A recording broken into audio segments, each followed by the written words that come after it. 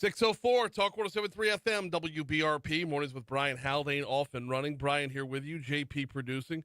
Where are we starting at this morning? What do we got going on? We got a little, 74 degrees 72 degrees in downtown Baton Rouge to get you rolling on a Tuesday morning.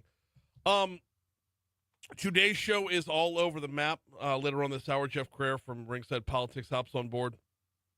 Talk a little about what's going on down in New Orleans. Veneeth Iyengar is going to bring us up to date on the broadband world. Chris Meyer, talk about what's killing us, like literally.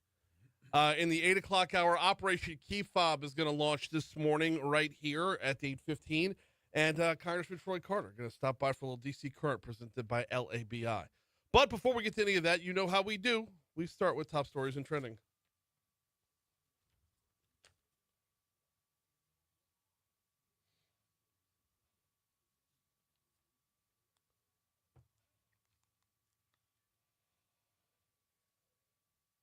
Number 5. It did it again. There we go.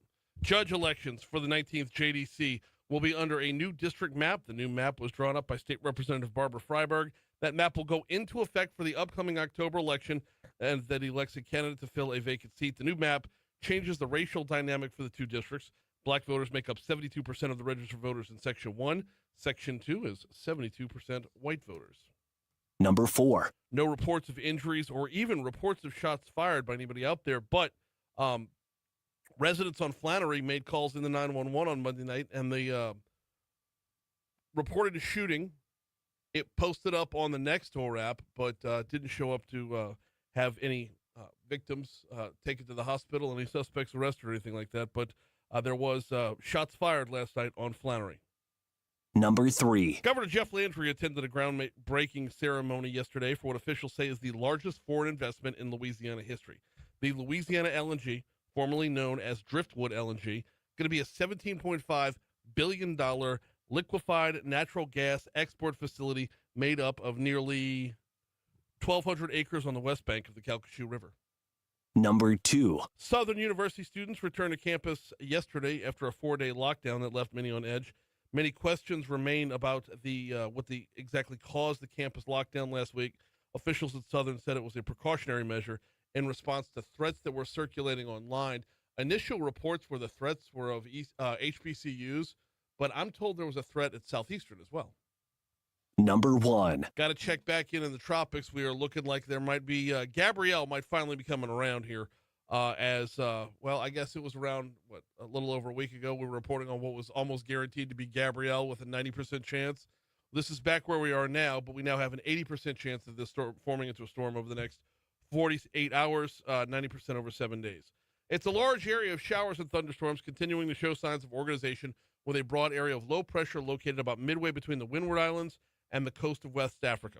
Environmental conditions are conducive for further development. A tropical depression or storm is likely to form in the next day or two. So, yes, we have an eye on it, and yes, we also have our eye on a system that is tailing right behind it, another tropical wave emerging off the coast of West Africa.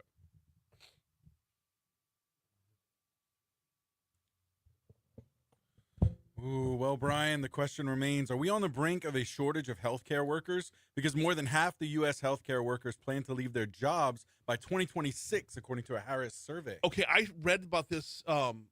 This has been a building and ongoing story since COVID. Yeah. The level of underappreciation, and God forbid, come on, the healthcare workers, and I'm not just talking about like doctors, I'm talking about everybody within the healthcare system. That's right. The level of effort and just blood, sweat, and tears they put in during COVID when everything was overworked and understaffed to the bone. I get it. Burnout's a thing. And a whole lot of them have just been teetering for the last 4 years and just going to start tapering off. So there's that story, but we kind of need to counter that locally with what's going on at BRCC. That's right. Because Our Lady of the Lake, step ahead of the game as they always are, right? Our Lady of the Lake has got the whole like nursing school set up over there, that beautiful building that's about to open. Yeah. I kind of trumped that a little bit, didn't it? Beautiful building. That beautiful building that's about to open up. It's just to kind of reinvigorate the pipeline of workforce. Right. Yeah. Yes, indeed. But yeah, that's what it boils down to, right? Feeling feeling forgotten or undervalued. And man, this is But the thing is, when you get scary. overworked, burnout is a thing. for sure. And no matter For how much sure. you love what you do, and no matter how much you're visibly appreciated, Yep. you can get to a point anywhere where a weekend, an extra week's vacation doesn't cut it. That's right. That's right. It's the kind of tired you don't sleep off. It's true. That's a line from Blue Bloods, believe Was it or it? not. Really? Yeah. Okay. That was a Okay. Tom Selleck line. Like that. That was a I should have known. yeah. That's Got those things right there in your back pocket. I do. Just I pull do, those things out like that was a deep cut from the 1965 film. No, It was come the on. DVD. It's not that I'm just old. kidding. I'm Not just kidding. that old. I'm just kidding. Blue Bloods was a No, I tradition know in the what you- I Haldane know what you house, mean. man. No, I know. What you mean. Tequila and Blue Bloods. That's a Friday night for me and my wife. Man, that's good. I know. Commissioner Reagan. What's Tom Selleck up to these days? I don't know. Probably taking batting practice with the Detroit Tigers. Hey, after 9 months of holding its key interest rate steady, the Federal Reserve is widely expected to announce a rate cut after its 2-day September meeting. Which That is- takes place tomorrow, right? Today and tomorrow. Today and tomorrow. That's yeah, what I believe it's today and tomorrow. Okay. Oh, man. We're okay. I do not know where this is going to head. Mm. It's because they're not bowing to pressure from the president. They're responding to markets. They make a rate cut when a rate cut is needed. The Fed's independence is unbelievably important. So, Indeed. yep.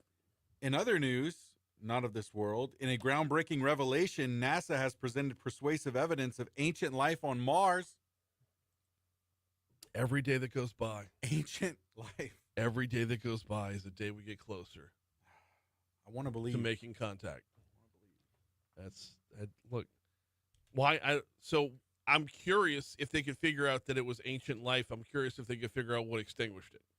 Yeah, this is really fascinating. NASA released a significant update on the Perseverance Mars rover on Wednesday, Mhm. focusing on a particularly juicy tidbit for those watching from home. A small rock sample from Sapphire Canyon showed signs of potential biosignatures or ancient alien life that may have once grown. Aliens, man. It's insane. Aliens. It's insane. I gotta find. I don't think YouTube TV has the History Channel. But if they It did, might. I haven't seen Ancient Aliens in forever. No, I need me a little Giorgio Tsoukalis in my life. Oh, man, Don't we all though? we do. I do. feel like the less we watch Ancient Aliens, the more we argue about politics. That's right. There's The one less thing we can agree on. the less we're dialed in on the hunt for treasure on Oak Island, the more we argue about politics. Yeah. The less we watch people bid on junk in mini storages, Pawn Stars, like all the garbage TV right. that kind of it was super hot a little over a decade ago. It's fading now. Fizzles out, man. Fizzles out. What was Storage Wars? That was the one I was Yeah. trying to think of. Yeah. Ooh. We need to go back to that. Well, you know why? Because all those things in their form, in their own right, are about exploration. That's right. Exploring Mars is the new Wild West. Mm. Pawn Stars, Storage Wars, Oak Island, that's all treasure hunting. Yeah. These That's are all the it is. things that little boys dream of. Something primitive, right? Right. Inside us, that's And like, when our own inner child can't have that outlet in real time, what do? This is where we are today. we can all just see That that little was kid deep, inside dude. of us, right? That was a deep psychiatric diagnosis That right was there. good. I tell if you. we could just see that kid inside of each and every person, I Yeah, think we treat each other a little different, I know. right? You ready for the worst segue ever? So if you I'm need to ready. get your mind back to that inner child, if the anxiety and depression of day-to-day life is too much, neurojust.com is the website. Transcranial magnetic stimulation is what they do over at Neurojust. FDA approved, non-invasive. No, all kidding aside, y'all. You know the battle if you're fighting with anxiety, depression. You know how real it is. And you also know that if you sit down for face-to-face therapy, if it's not clicking, it's not clicking. If it's not for you, it's not for you. And you need a different outlet. And you don't want the prescription drug outlet because of side effects or diminishing returns or just doesn't work for you. This could be an outlet for you. If sit down, talk it out therapy is working for you, awesome. Stay with it. The folks at NeuroJust, they just want to calm those seas between your ears. But if the sit down therapy isn't for you, TMS therapy could be. Check it out at neurojust.com. They use magnetic pulses to stimulate areas of the brain involved in mood regulation. They help people with treatment-resistant depression who have not found relief through therapy or antidepressants. Check them out online at neurojust.com. Quick break. When we come back, Brian Kelly spoke with the media yesterday. Yes, he did apologize. We'll talk about it next. Number one's the apology. What's the other two cuts that I had in there?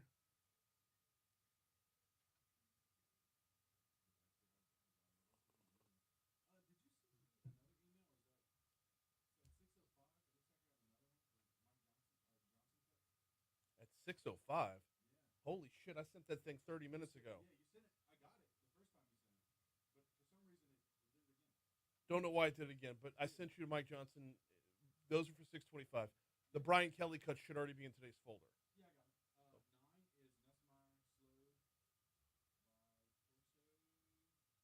Okay.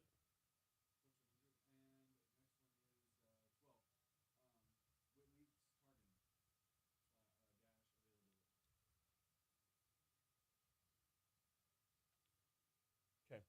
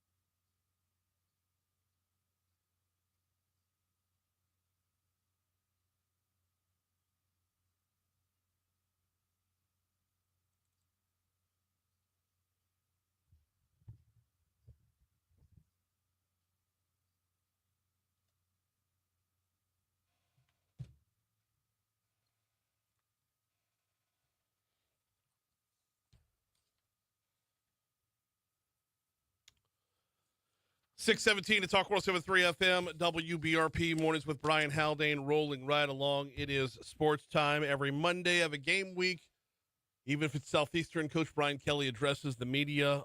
This Monday was a little bit different because when he started out, he had to dial it back to Saturday night. A lot of us remember we played the audio yesterday. Brian Kelly's first question Saturday night after beating Florida, after getting a 10-point win, a 2-score win against an SEC team. The first question out of the blocks was, why can't we run the football? I'm oversimplifying. And Brian Kelly lit up Michael Cobble from WBRZ, lit him up good. And it was a legitimate question. It absolutely was. But nonetheless, Kelly started yesterday's press conference the right way. Before I get to the game in Southeast Louisiana, I want to go back to the press conference after the game. I've texted with Mike and offered my apology to him for the way I handled the questioning. I think it's important to understand that, my standards relative to how we work with the media on a day-to-day basis need to be higher, and I take responsibility for that, and I'll be better in the future. And understanding also the way I'm thinking after a game, and we've mentioned this a couple of times in here, the emotions of the game right after it. I haven't watched any film. It's difficult to make those assessments of specifics, and I'm going to defend my team. I'm going to defend my players first and foremost. But having said that, I publicly apologize to Mike. He's an outstanding reporter. He works hard, and we'll do better moving forward. It's the right way to do it. Good on him. Good on him. Because I am one that fully believes that a post-game if you don't want to take post-game questions, don't have a post-game press conference. Well, if it wasn't the first question, I don't care what question it was. He doesn't have to be juiced up, warmed up. He's not a lava lamp. You know what? I tell you what. keep that cut. I want to come back to this at 650. There's a part of this path I want to explore later on. We're going to revisit that cut in a little while. In the meanwhile, we learned that Garrett Nussmeier has not been 100%. I'll be honest, and I wasn't going to get into this, but with you guys, I will. You know, he's been slowed a little bit with a torso injury, and he's fighting through it, and he's getting better, and he's not going to be able to really shut it down until we get to the bye week. And I'm not saying that has had any of his troubles. I think he is a symptom of what I just answered from Wilson in that, you know, we're not ripping it, you know, on fourth down. You know, we're taking some plays away from him as well. And he's done a really good job. I think he managed the run game as well as he has all year. We got to let him get the ball out to the playmakers. That would be more of what has to happen. And then we've got to keep him healthy. It's probably why we haven't heard from Chris Hilton all season. Here's the Fox Business Report.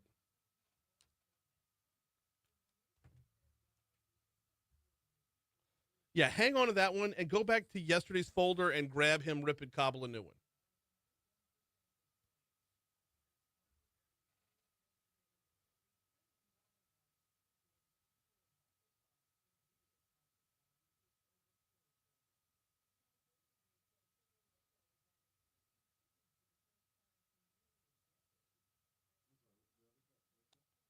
Go back to yesterday's folder. Yeah, when he ripped him a new one.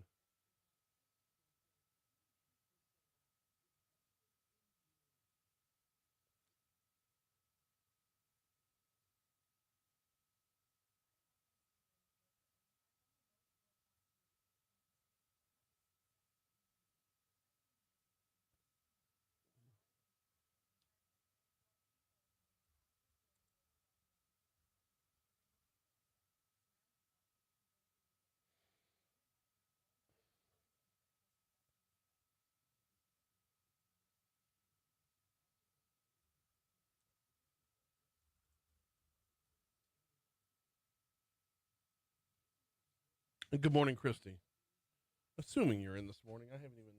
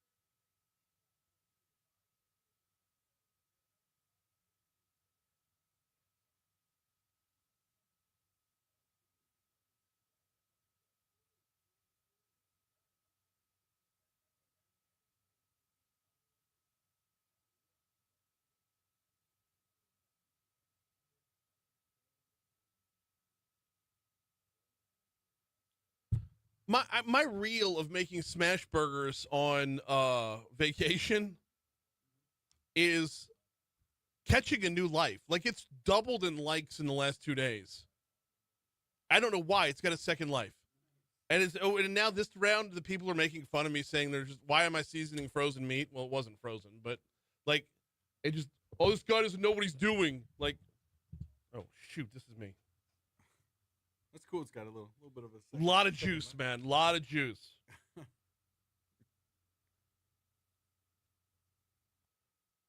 Volume continuing to increase on I-12 westbound coming in from Denham Springs. In fact, that volume starts way back by Jube and continues through Range Avenue all the way up to the Amite River. And then from there, it's going to be intermittent the rest of the way through Baton Rouge on 12 until you get up to the 10-12 merge. I-10 westbound coming in from Ascension Parish is looking pretty peachy this morning. Meanwhile, I-10 eastbound coming from West Baton Rouge Parish is looking great. I-110, we're looking great there as well. I need to hit refresh on my traffic incident list within the city. And it looks like there is a hit and run. It's been moved off the roadway. Flannery at Florida. Flannery at Florida is being posted up and being worked by BRPD, but like I said, it is off the roadway. So if you're coming in from Livingston Parish via Florida Boulevard, nothing to worry about there. And that is the only blip on the radar. That's your look at traffic from the Talk 107.3 Traffic Center.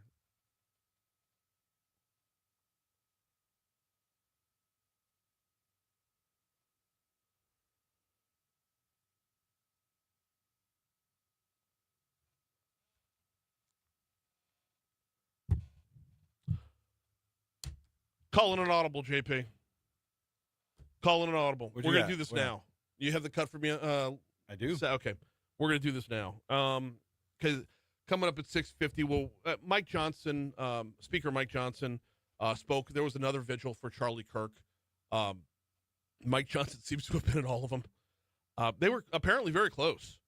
From the way the speaker spoke at the LSU vigil on Friday night. I mean, it was moving's an understatement. It punches you in the gut. We'll get into that coming up at 6:55. Right now, though, want to go back to Coach Brian Kelly, and I want to ask a question of the chat. I want this up in the. We're live on Facebook every day, courtesy of the folks over at Lake Urgent Care. Love the partnership. Love that Lake Urgent Care helps bring you this content every day on Facebook Live, on YouTube Live, and all of our on-demand content once the show is over with. Want to ask this question about media relationships. And this is going to be not just about sports, but about politics as well. And it's kind of like I don't want to say like an audit, if you will, but I want to get your feedback as to where you are on this, okay? Let's go back to Saturday. LSU beats Florida 20-10. Come into the post-game press conference.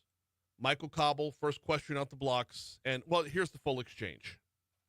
Brian in the back, I know you love these immediate post-game sessions, but what are you seeing with your offense? Stop. Really? Is that the first question? We won the game 20-10. Try another question. What do you want me to tell you? I just laid it out for you. We played the game to win the game. We played the game to win the game. All right. How about third down then? What is going on with third down? It's one game. Last game, we were great on third down. You're looking at this from the wrong perspective. LSU won the football game. Won the game. I don't know what you want from me. What do you want? You want us to win 70-0 against Florida to keep you happy? No, I think people want to know why you can't run the ball, quite honestly. We can run the ball. Did you see the last play of the game? That's all you need. You just need one. There's ridiculous questions. And I'm getting tired of it. That football team just worked their tail off to get an SEC win, and you want to know what's wrong. You know what? You're spoiled. You're spoiled. This team is 17-1 at night. 17-1. Give them some respect. How about that? Give them some respect instead of micro-analyzing every little thing. This is ridiculous. For a group of seasoned reporters, that kind of question is so out of line. It's really not, though. Although there was while he apologized for that outburst, there was truth in that outburst. A lot of the reporters, we are pretty spoiled on the sports front. You think about the level of access that we have to our coaches or to our head coach for LSU football. There is the Monday press conference. All right. There is post-practice availability. There is the Wednesday morning SEC teleconference. There is a Thursday post-practice press conference. And then, of course, there is the post-game press conference as well. That is a news cycle-driven chocolate fountain, nacho fountain, whatever. Like, it is just a plethora of just content for us to gorge ourselves on. So, yeah, we are a little spoiled. The other side of this is, and I don't want to harp on this too long because I made this point yesterday, they were all legitimate questions. Now, fast forward back to yesterday when Brian Kelly did the right thing on the back end of this, and shout out to him for doing so. Big applause to him for doing so. Let's play that cut again. Before I get to the game in Southeast Louisiana, I want to go back to the press conference after the game. I've texted with Mike and offered my apology. Go back to Saturday night, and I want to hear the first 4 words from Saturday night. Brian in the back, I know you. Stop right there. where are we right now, media wise? This is the question I wanted to ask. This is kind of the audit, the self check, right? Mike, Brian, we're all on a first name basis here. Everyone calls the coach BK from time to time. Everyone drops that BK in there from time to time. Is the media relationship too cozy? And you know what? I'm probably guilty of this on the political front. It's never stopped me from asking a question, just like it didn't stop Michael Cobble from asking a question. But would you rather see a more adversarial, compartmentalized, no relationship having media? Like, journalists are supposed to be impartial, right? There is supposed to be an impartiality to it. I want this over in the chat. Glorified Crew, hop on Facebook. Everybody, please, hop on Facebook. Would you rather see less familiarity? Or, conversely, this is Louisiana, baby. This is what we do. We're relationship people. How would you like to see this play out on a media front? Let's chat over on Facebook Live. On the air, here comes news, traffic, and weather. Jeff Crouere is coming up next.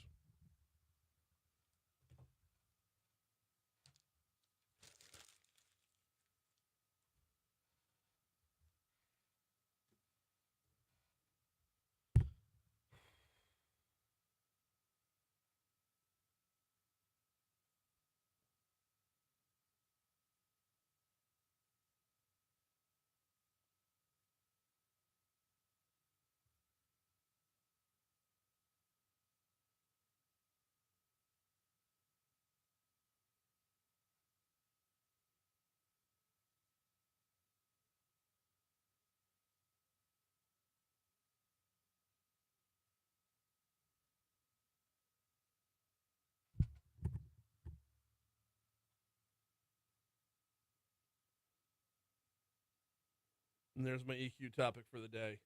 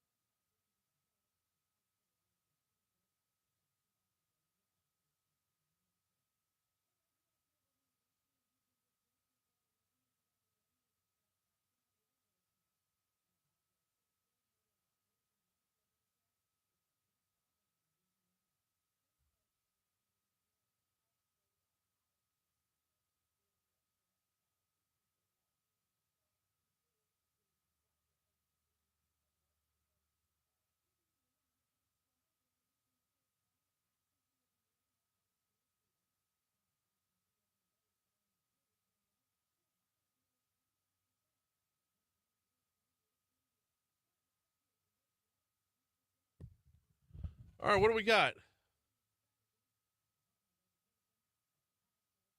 Wait, Mayor Evans. Good morning, sir.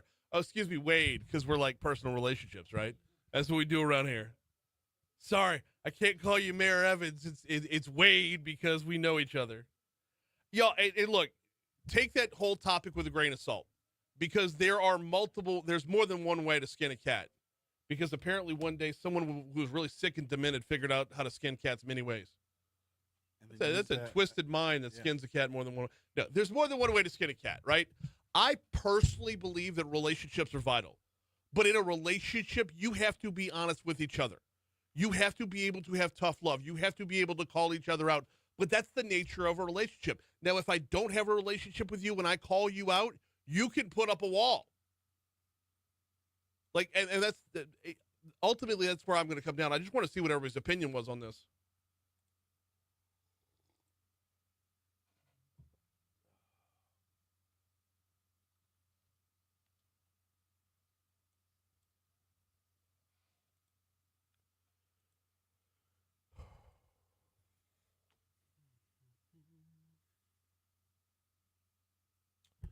Let's see.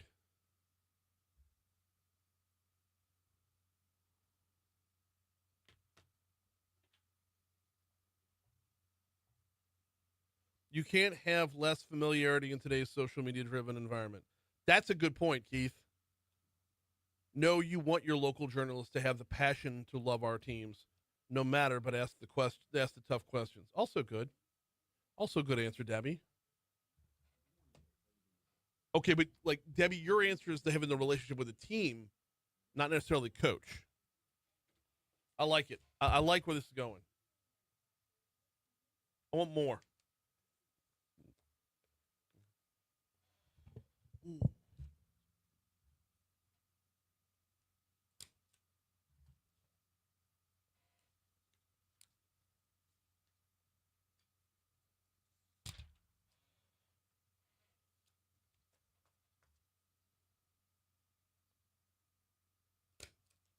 Oh, what did the Raiders do in the second half last night?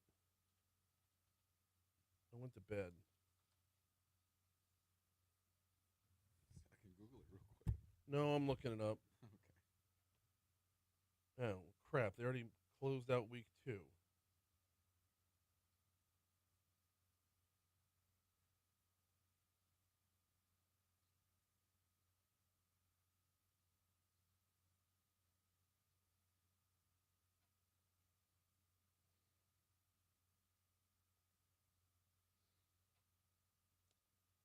I think I lost in both leagues, damn it.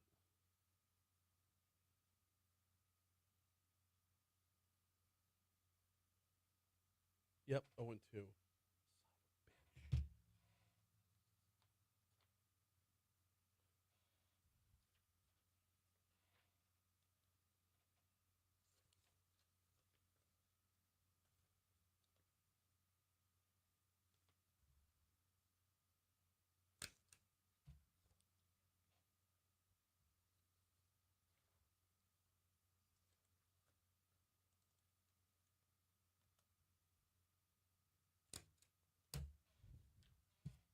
Hey, can you check and see what he wants to talk about this morning? Because I'm kind of in the weeds. We can talk political rhetoric if you want. Rhetoric, like the level of conversation.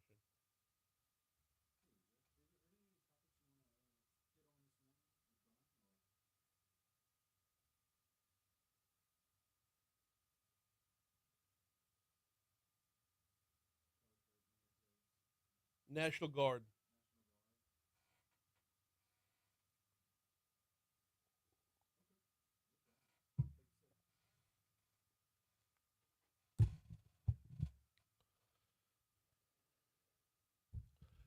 .637 Talk 107.3 FM WBRP mornings with Brian Haldane rolling right along. Got some good feedback rolling in over on Facebook Live, and I want to keep it coming there. Asking the question about the media and the folks that the media are covering. Are relationships too cozy? Or do you prefer to see your media have a relationship with those who are covering? Because quite honestly, well, first and foremost, we're in Louisiana. We are a relationship people. And number two is when you have a relationship with someone, there is the greater possibility of shared honesty, as opposed to when you compartmentalize as a media member, that person you're covering can it's easier to shut you down and build a wall, become a hindrance to the free flow of information. Continue that conversation over on Facebook Live. Meanwhile, on the air, let's visit. I tell you what, I'm asking him the same question as well. We got Jeff Crouere, host of Ringside Politics, on. Jeff, how are you this morning?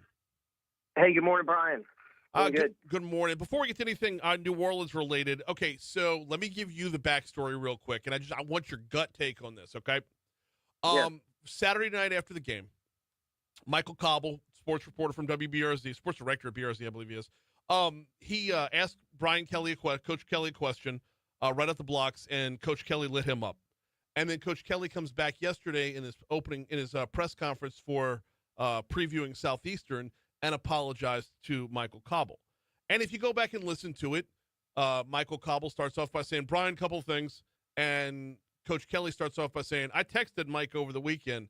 And it's just when you hear this first name basis back and forth and just the familiarity and whatnot, it led me to the question of, and this translates over to our world as well, Central Sports, is there too much familiarity between media and the folks they're covering? Or are you of the belief that here in Louisiana, we are a relationship people? and a relationship helps facilitate the free flow of information? What's your gut? No, I mean, I think the latter. I mean, I think when you cover people closely, you're going to develop a friendship with them, and I think that's okay.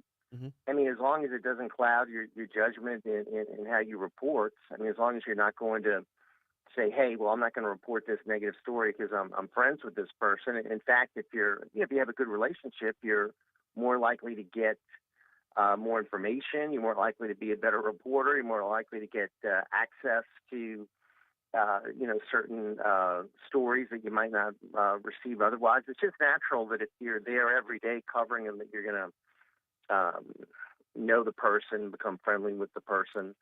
You just have to make sure that it doesn't cloud your judgment as far as what you report.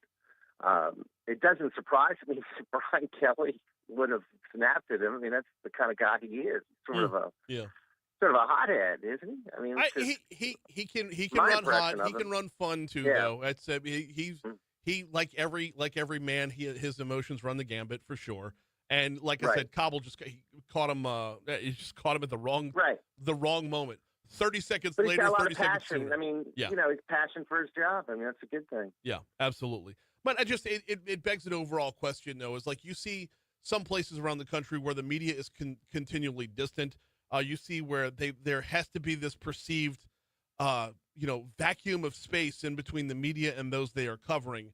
And I don't buy it, man. I believe that you can have hard, tough love, honest truth, like a lot more honesty if you've got that build up there. If you've got that build up of just a relationship built, it makes it easier as a member of the media. It makes it easier to be honest with them. Right, and as long as you're being fair with the individual, that individual will have respect for you, and can consider you as a friend. I mean, if you're unfair, if you report in a continuously negative way and just try to go after that person, then of course you're not going to have that kind of relationship. So, I mean, I think it's fine. I mean, as long as the reporting stays objective. Yeah, and that onus is on the media member themselves, and because that line to walk between I need to be honest, but I'd like to be gentle. I don't want to just drop hammers all the time, although the hammers are the clickbait. But it's that therein lies the balance. So, I don't know. I threw it out there a little while ago. We're taking feedback over on Facebook Live. I wanted your take as well. So thanks for indulging me on that one. I think it's an important issue. It is. Same. Mm-hmm. It's same, especially in this polarized world, especially when you read stories. This is going to transition us right into one of our topics for today. It's looking more and more like a probability that the National Guard will be headed to both Baton Rouge and New Orleans. What's the latest you've heard on that front? Yeah, I mean, I think he initially wanted to go to Chicago, but obviously, you had the opposition of the governor, and he's looking at states where he has support from the governor, and that's why he's looking at Tennessee and Louisiana, which have Republican governors. Now, of course, the cities, in particular Memphis and New Orleans, aren't necessarily on board because the mayors of both cities, I think, don't support it.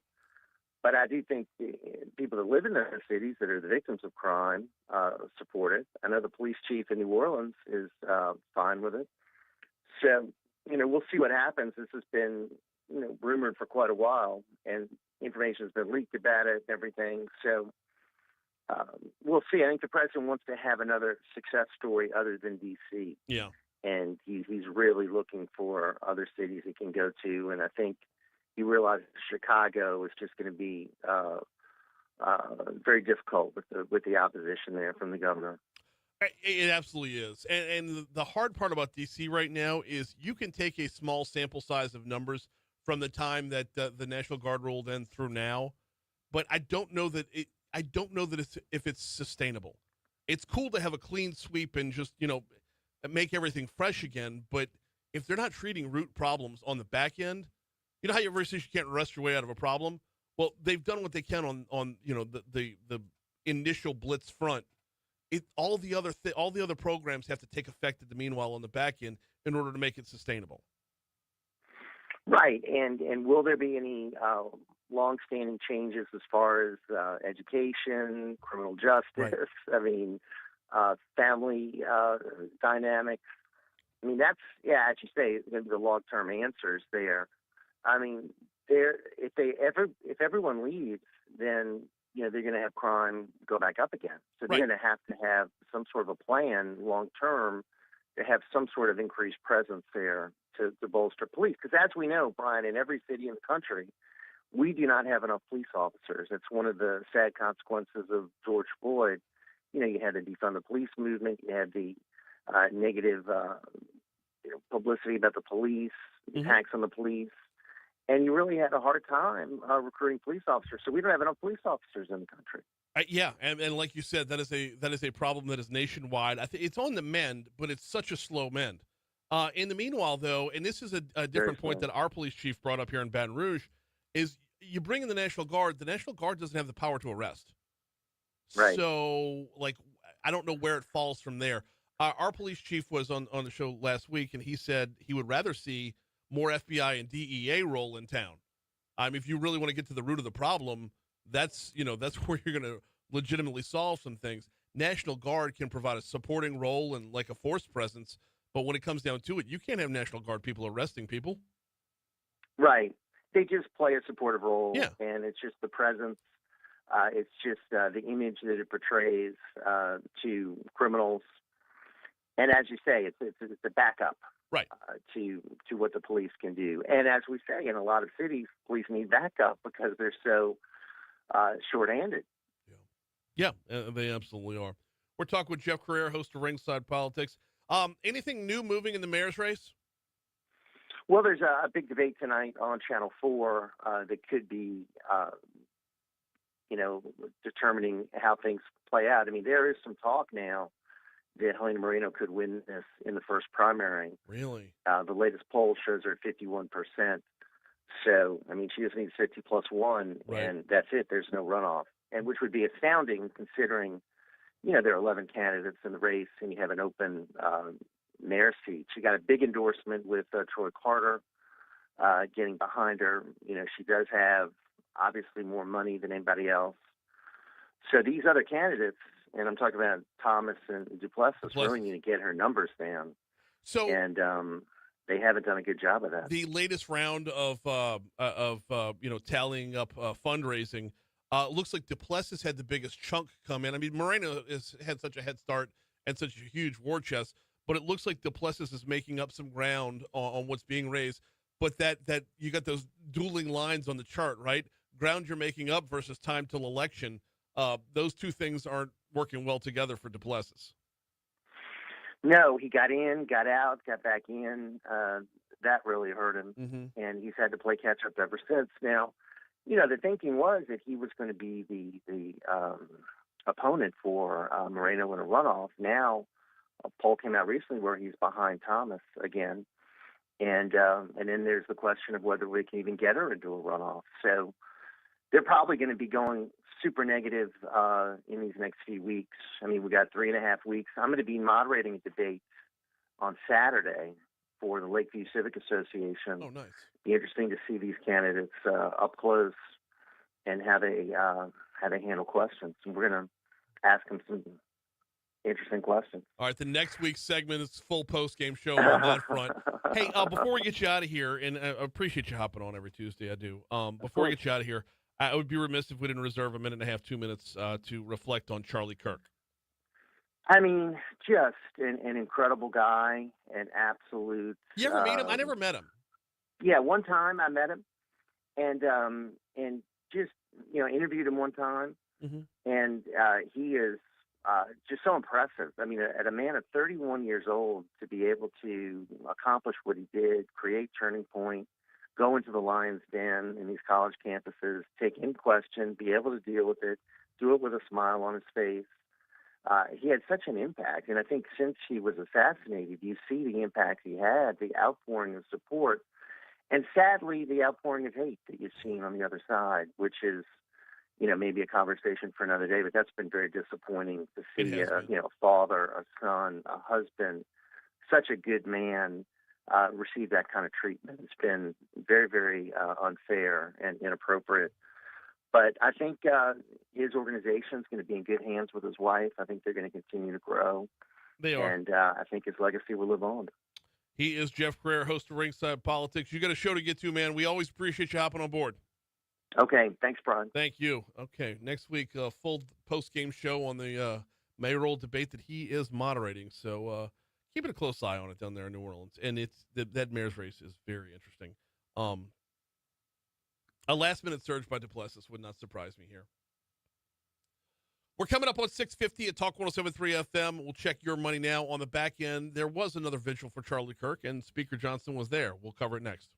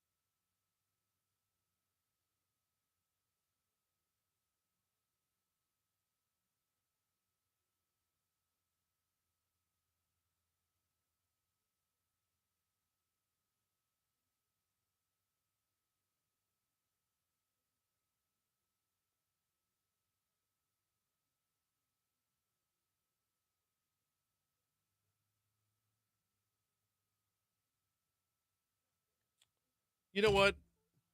I hate fantasy football so much. I went into Monday Night Football down by 9 points. I had one player to go, and my buddy Chandler, who I was playing this week, had one player to go. I had Ashton Genty, and he had Las Vegas as kicker.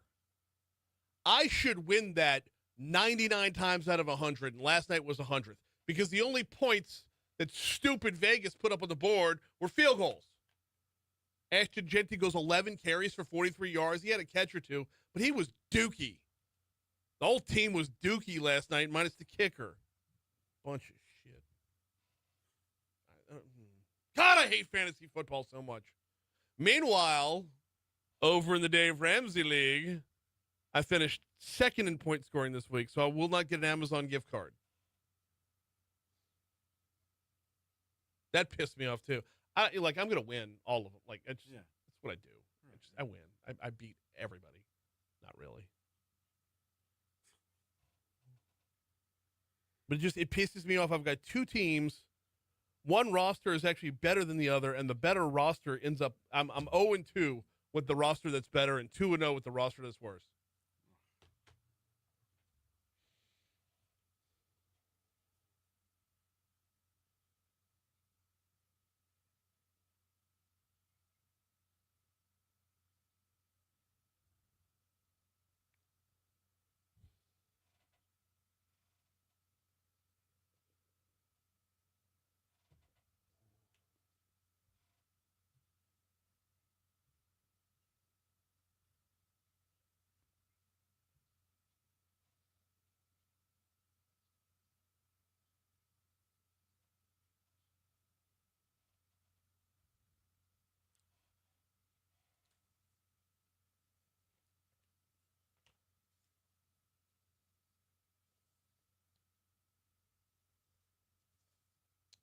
Another one.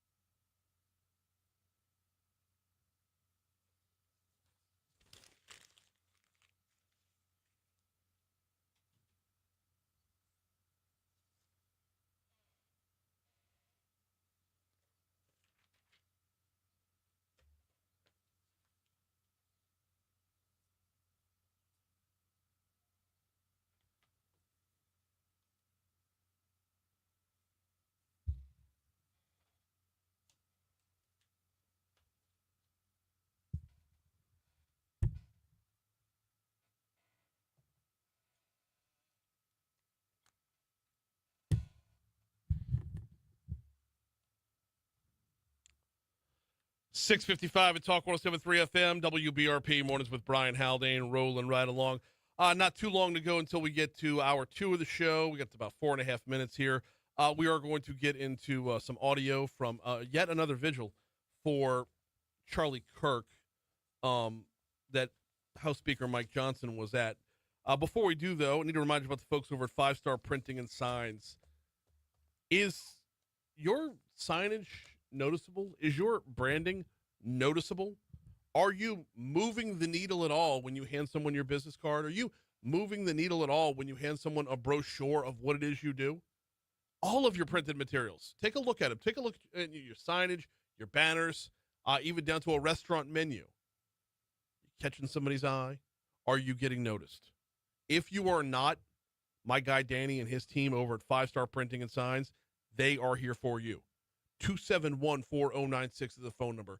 271-4096. Printshop5.com is the website if you want to check them out online there. But I recommend calling and just talking back and forth. A little convo, a little collab. He'll work with you. His team will work with you to make sure that your branding, your marketing, your best foot forward is happening every time. So whatever it is that you print, he's got you covered. 271-4096 for 5 Star Printing and Signs. A little preview for what's to come later on in the show this morning. 8:15 will be the launch of Operation Key Fob. What is Operation Key Fob? Well, it is hopefully an awareness campaign that will reduce the number of vehicle burglaries in Baton Rouge. And I say burglary and not break-in because the overwhelming majority of them come from unlocked cars. Gary Patureau, and I have no idea what other cast of characters. It could be a madhouse in here at 8:15. I have no idea how many people are coming in for this. But we're launching Operation Key Fob right here at 8:15. So looking forward to that. What's the state of broadband in Louisiana? Veneeth Iyengar is going to stop by at 7:15 for that one. And Chris Meyer from the Baton Rouge Area Foundation at 7:35. While we have a minute before we get you to news here, there was another vigil for Charlie Kirk last night. And yes, Speaker Mike Johnson was at it, which makes, I don't know, the 4th or 5th that he's been to. Let's start off with the obvious, that this past week, if you're a Charlie Kirk fan or just any American with compassion, this last week has not been easy. This has been a very difficult week in America. There's a wide range of emotions that have been felt by the American people and, frankly, by leaders in the nation's capital. This was, this was last night in the Capitol Statutory Hall. There was a prayer vigil for Kirk, which I think is important to note because we've seen reports of like how, Congress doesn't want to, or members of Congress don't want to respond when called to prayer. And this refutes that, this kicks back at that. Let's continue with Mike Johnson. Something we've heard him say from all 3 of the vigils that he has spoken at. Oh, two. It's, for so many of us, it has felt as if the ground has been shaken. And it's not just the people assembled here, of course. It involves students on university campuses around America. Ground shaken is one of those phrases that I know I've heard him use before. And he's not wrong. There has been impact there. And there's also impact, just visceral impact in the way in which Charlie Kirk died. this heinous political violence, an assassination. Our friend Charlie did not pass away in a car accident. He was assassinated. Think about that. That's the part that I think is really making this hit as hard as it does. Very, very quickly, talking about turning point moving forward from here. What we do know about Charlie is that he would not want us to be overcome by despair. He would want us to carry the message forward. And that is likely where things are headed. Here comes news. Hour 2's next. What you say, Rich? Oh, you know, chilling, not doing anything. You know. Doing what? Not yet. What you got? You see, you get that Cheshire Cat grin right there. Oh man, I like that layout though. Every day, dude. All of it. Every day. All that's legit. Whatever you want to use, the songs, whatever. What do you have? This a boy named Sue? Biggest rock and roll day in Louisiana history. Beatles Day in New Orleans? Beatles Day in New Orleans. What? Dude, all of that's factual. I took an hour to do that shit. So whatever you use, you use. All that's real. That's Domino. I got the photo of when they met with Domino, the whole bit. Frogman, Henry, and Fats Domino all came out to Beatles Day in New Orleans? Well, no, the Beatles wanted to meet. That was their one request. Oh, they wanted. to Oh, meet the Fats Beatles wanted to Domino. meet them. Fats Domino was in there at 9 p.m. before they went on stage at 9:25. All you got to do is read it, bro. That's all I'm asking. I'm giving it to you. All I got to do is That's read exactly it. Right. All I got to do is read That's it. exactly right. When God brings me to earth, then I'd have gave you an extra $5 there and have you to work a little Can you harder. point me to the chicken that scratched this? Dude, what do you want, dude? Look, you do it your effing way, okay? Bring it abroad from Port Allen. We're talking about the Chamber of Commerce. Don't do Oh, God. How was that? That's just my way, brother. It I ain't understand. everybody's way. Man, first time I saw him was in 1995. Okay, that's like at the. Well, kind of at the peak. All That right, was right so- after what Downward Spiral. Tickets for $5. Man, $435 with tax. still on killing it. it, And man. he proclaimed it Beatles Day. This guy, the man. And that's how many. 27,000 at a concert. Whatever. That's just my way of doing it, dude. I just highlight shit. Okay, so yeah, it's no. Okay, there's the Fats Domino part. Because you lead with Frogman Henry up Yeah, here. because I played with the leading up to the Beatles. That's what He we wanna opened. see. Frogman Henry Yeah, opened. Frogman, and then this, and then this. Oh, shit. What just happened? Oh, I'm sorry. hey, that's awesome. Thank you, Rich. No, I'm on it. No. I think I messed him up. I pressed a button on his computer. You all right? I don't know. I've never seen it do that before. It's back. It's back. It's back. No, like my one screen went to like 8 little bitty screens. Good man. Oh wow. I don't have Haggai's number. I couldn't help you.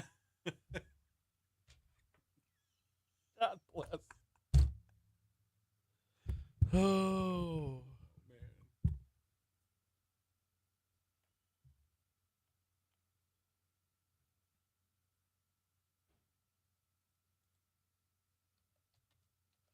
Oh, I've got a follow up here. I gotta go tell him something.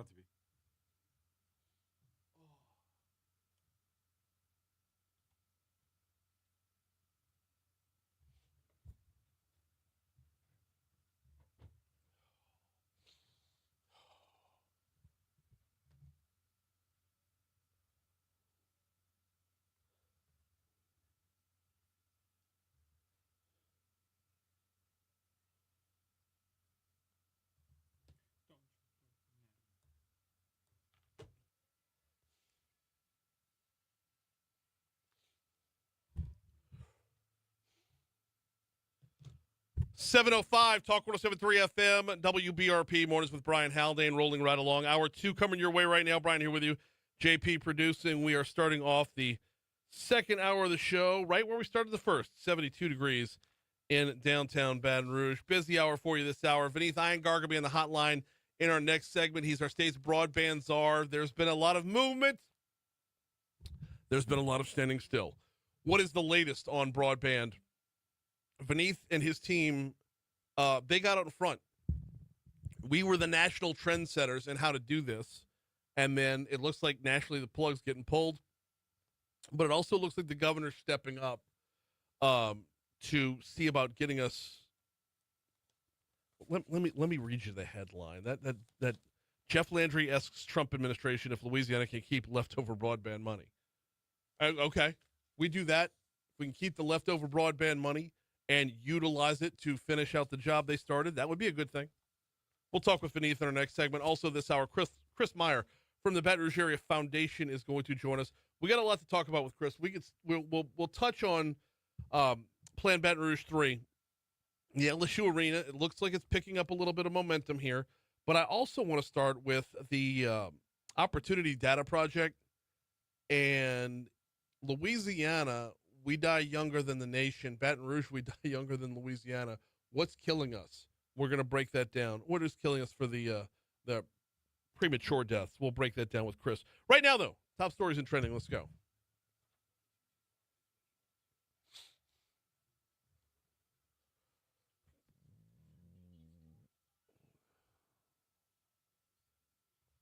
Number 5. Judge elections for the 19th JDC will be under a new district map. The new map was drawn up by State Representative Barbara Freiberg. It'll go into effect for the October election where there is a vacant seat. The new map changes the racial dynamic for the two districts. Black voters make up 72% of registered voters in Section 1. Section 2 is 72% white. Number 4. No reports of injuries. Actually, we didn't see any news outlets reporting on this, but there were shots fired off Flannery last night.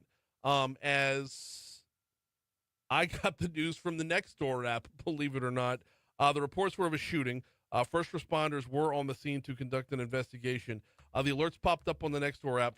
Fortunately, if there's no reports of victims, then that's a good thing. Number 3. Groundbreaking yesterday in Southwest Louisiana. Governor Jeff Landry was on hand. This is what is said to be the largest foreign investment in Louisiana history. Louisiana LNG, formerly known as Driftwood LNG, going to be a $17.5 billion liquefied natural gas export facility. It's made up of nearly 1,200 acres on the west bank of the Calcasieu River. Number 2. Back to school yesterday for Southern University students after a 4-day lockdown that left a lot of people on edge. There are a lot of questions remaining about what exactly caused the campus lockdown last week. Officials at Southern University said it was a precautionary measure in response to threats that were circulating online. There were a number of threats to HBCUs, but as I understand it, the threats were not limited to HBCUs. Number 1. 90% chance that Gabrielle is named, 80% chance that she is, oh, no. Got a 7 a.m. update from the National Hurricane Center. There is a 90% chance that we have Gabrielle in the Atlantic before tomorrow is out. Showers and thunderstorms associated with a broad low-pressure area located about midway between the Windward Islands and the coast of West Africa have become better organized since yesterday. Environmental conditions are conducive for additional development, and a tropical depression or storm is likely to form in the next day or two as the system moves west-northwestward at about 10 to 15 miles an hour over the central tropical Atlantic. When this storm is named, she will be Gabrielle.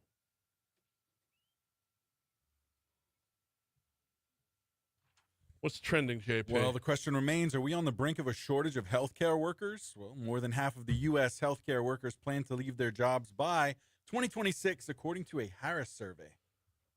We talked about this last hour. A lot of it makes sense because burnout is real. Yes. And you can only taper on so long. You can only continue. I mean, you can, recharge the batteries a little bit, but I mean, if you're walking through that front door and you dread being there because of past experiences and whatnot, I completely understand anyone who went through the pandemic as a nurse.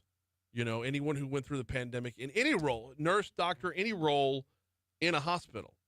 Like, you know how overworked and no matter how appreciated you were going to be underappreciated. Yeah. Like, it was just the nature of things at the time. That's It was right. physically impossible to show the appreciation. It's not like we could all show up at a hospital and give them like a tunnel to run through like a high school football team. Yeah. Because we had to be Unfortunately not. distant and separate and no one could go anywhere. Like we can't, you couldn't smile at someone in the hallway because number one, you weren't allowed in the hallway. And number two, if you were, you had a mask on. That's right. Like there was, I get it. Now the good news here is educationally, at least here in Baton Rouge, we're doing everything we need to do to make sure that as those leave, more are coming on board. That's right. If you drive up Florida Boulevard, right by on BRCC's campus, Our Lady of the Lake's new building, chef's kiss on that bad boy. That's right. That's right. And you mentioned underappreciated. Over 84% of them feel underappreciated, which is why they're making the move. So, wow, overwhelming. Yeah.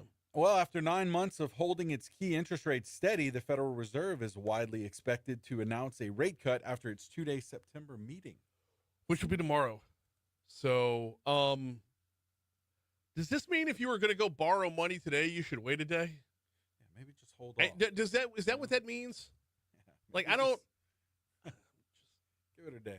I'm just saying maybe if there was somebody out there who's looking to, I don't know, borrow something on their own equity so they could do some improvements around their home. Yeah, And they might have a closing this afternoon. Like maybe, do we wait a day? Maybe. I'm not opening up about my own life, am I? No, what? You're asking for a friend, right? Yeah. Hypothetically. Hypothetically. If you were just. If. Oh, I'm going to kick myself. Oh, jeez. All right. Continue. I'm sorry. Oh, man. Well, Brian, in a groundbreaking revelation, NASA has presented persuasive evidence of ancient life on Mars. Let's go. Let's bring it. Yeah. Let's get it. Let's go. You know what the thing is? We need a common enemy. We're moving to Mars. We need a common enemy. That's what we need. We do. We can stop fighting each other if we just point at the aliens. Point our direction toward the aliens. Right. If we can unite as a people. If there's one thing that the movies Alien or Predator or anything. Independence Day. Mars, the good ones like Mars Attacks. Let's go. Yeah. Yeah. The real high quality alien films. Yeah. Man. You think they're peaceful? I hope so. I mean, it'd be terrible if they weren't, right? And if they were really tall, really powerful, that would kind of be devastating. What if they're little? You lead with tall? Because they're big. Like, I think like big, intimidating aliens, right? I don't think like E.T. I'm thinking, I mean, we've all seen Alien, right? I mean, I might see a xenomorph. If I see a xenomorph, get off the ship. Okay? What if? Of all the depictions of aliens we've seen in every movie, yes, what if the most accurate depiction out there comes from Toy Story? It's just the claw. 713 Talk 107.3 FM. All right, time to get serious. We dial it back in. Get it? We are going to talk broadband in our next segment. Veneeth Iyengar will be on the hotline. The claw. Studio. Hi, yes, sir. How you doing? All right. Yeah, we'll have you up here in just another minute or two. Thank you. JP's worried that the aliens are going to be tall. I thought I was sitting across from Profita for a minute. Look, man, I'm just saying, all right? Listen, Musso. Listen, man. All right? You know, they're just big and intimidating. You know, it's a little,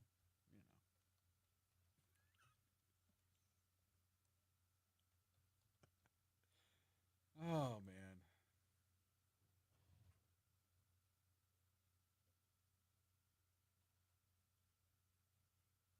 Sometimes I feel like I'm in a fever dream.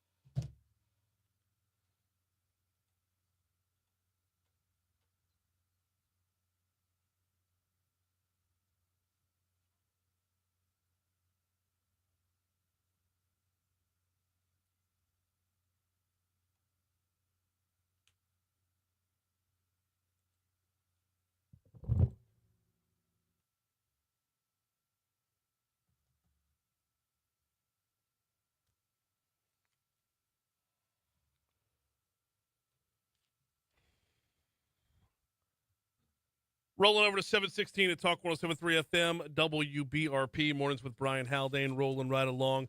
All right, the headline at The Advocate, when did this story go up? This went up on Friday, if I'm not mistaken. Jeff Landry asks Trump administration if Louisiana can keep leftover broadband money. Okay, that sparks my interest because we were kind of left in the lurch there. Louisiana got out in front of the rest of the nation, became the leader, became the model, became who everybody turned to when it came to implementing broadband statewide. And then we got stuck. Where are we now? Here's Veneeth Iyengar on the hotline. Veneeth, how are you, brother? How you been? Hey, good morning. How are you guys? Doing very, very well. Can we start with a little recap of the timeline to bring us back to where we are, just so everybody's fresh? Yeah, and thanks for having me on. It's been quite a journey when it comes to this broadband stuff, and I appreciate you guys covering it. Of course. So, just a recap for your folks. On June of 2023, we received notification that the allocation for broadband in Louisiana was going to be $1.355 billion, just the eighth largest on a per absolute number basis, 10th largest on a per capita basis, and this is money coming from the infrastructure bill. Mm-hmm.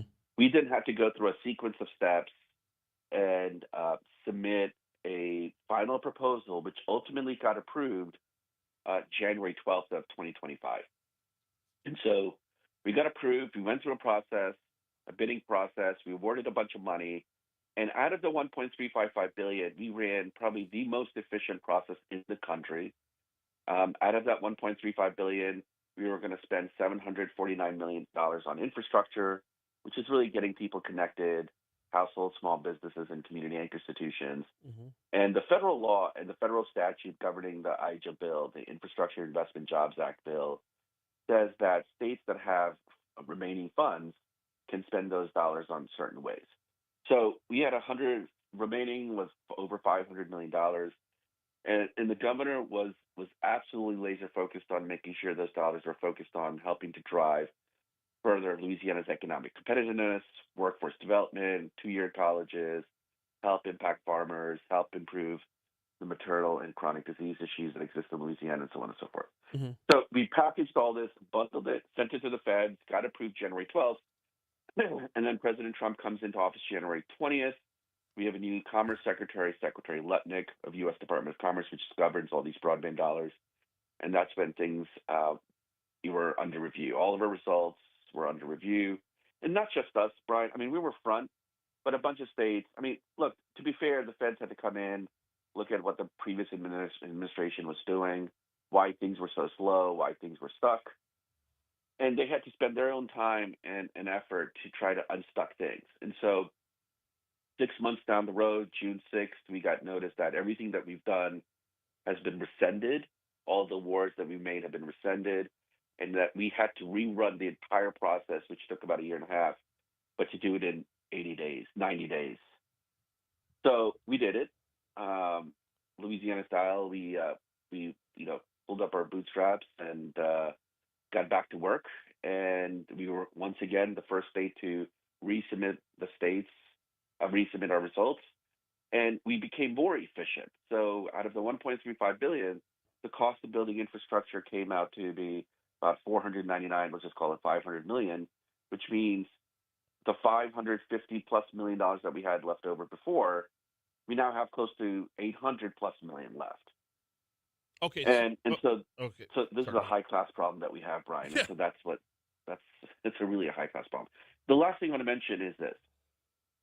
This money was never a given, right? I mean, in the sense, when I say the money was never given, if states did a really good job of running an efficient process on the infrastructure side, mm-hmm. then whatever remaining dollars that were had were to be kept in the states, and that's what the federal law and federal statute says. It wasn't assumed that every state was going to have this kind of bolus of money. So we ran again in a hyper-efficient process. We resubmitted our results August 15th, mm-hmm. Last month. Yeah. We were the first to do it once again under the new rules. And then that's when the governor sent his letter last Monday. We're talking with Veneeth Iyengar about implementing broadband statewide and where we're at in the process. Veneeth, I would be remiss if I didn't ask the question because the timing of this is all too convenient. The pause was pushed on everything at the same time the Doge was rolling through. Was this pause a Doge victim? And there's a second part to this question as well, and that's the obvious. The guy who was heading up Doge has an interest in not implementing broadband.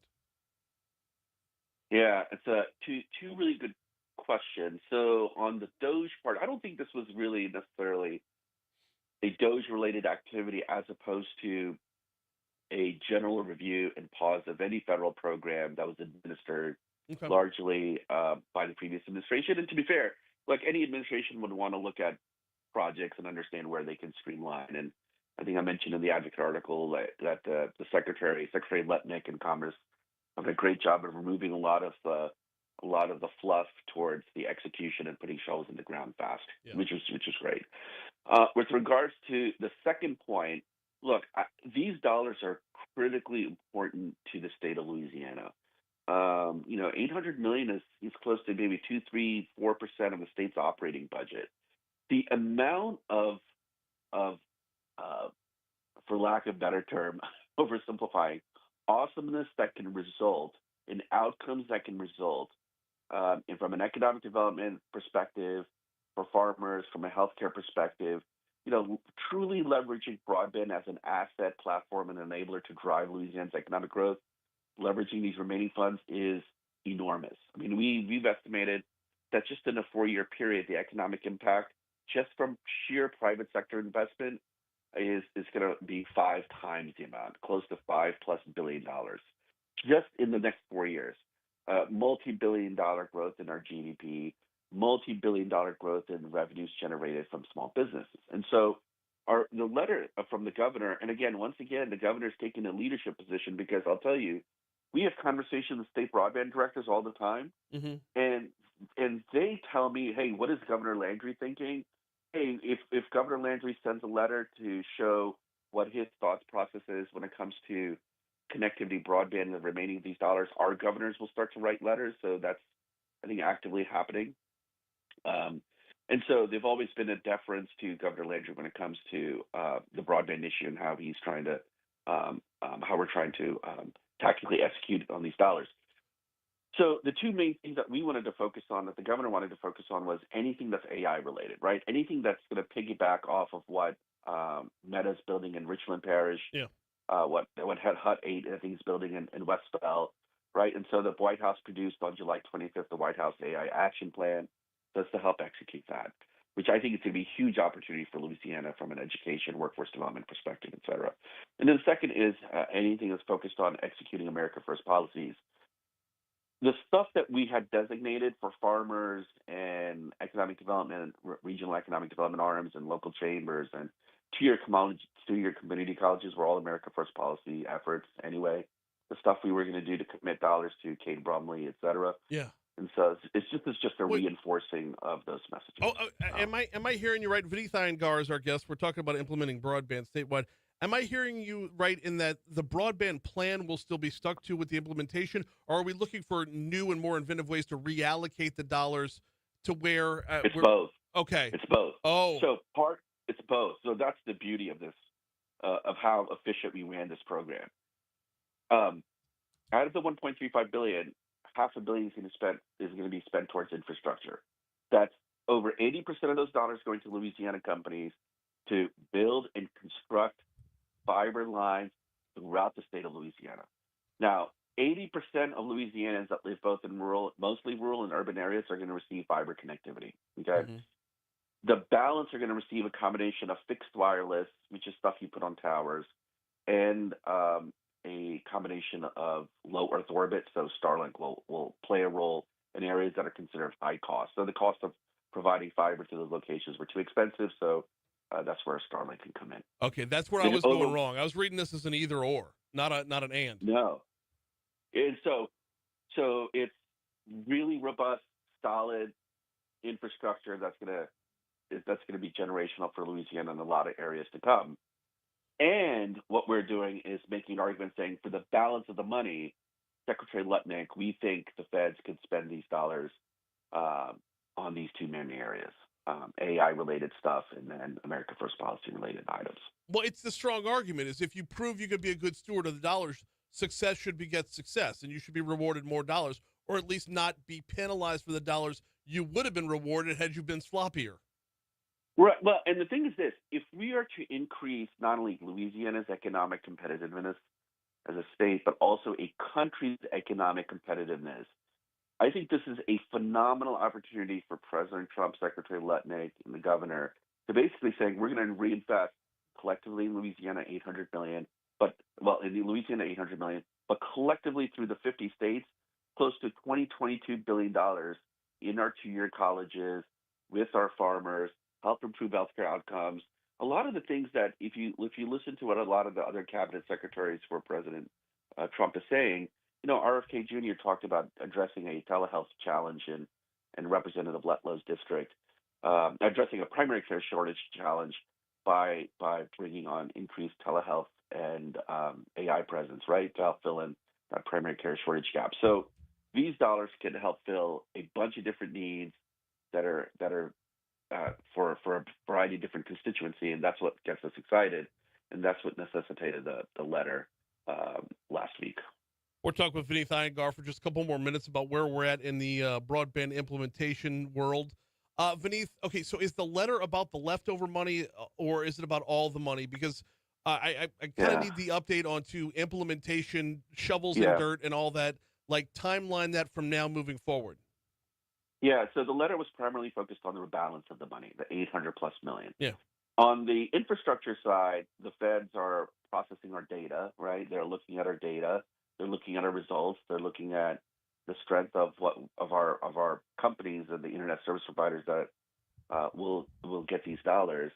And so, I mean, I'm optimistic. Hopefully, next 30 days they give us the green light on the infrastructure side, and then we could put shovels in the ground immediately.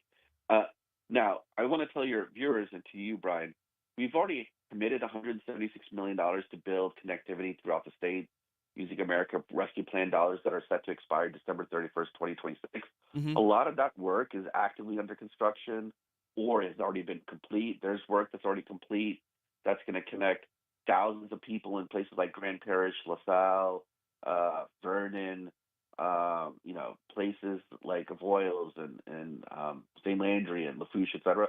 A lot of that work is currently ongoing. If not, it's already complete. And then the balance of the money from the infrastructure bill would take care of the rest of the folks that currently do not have internet.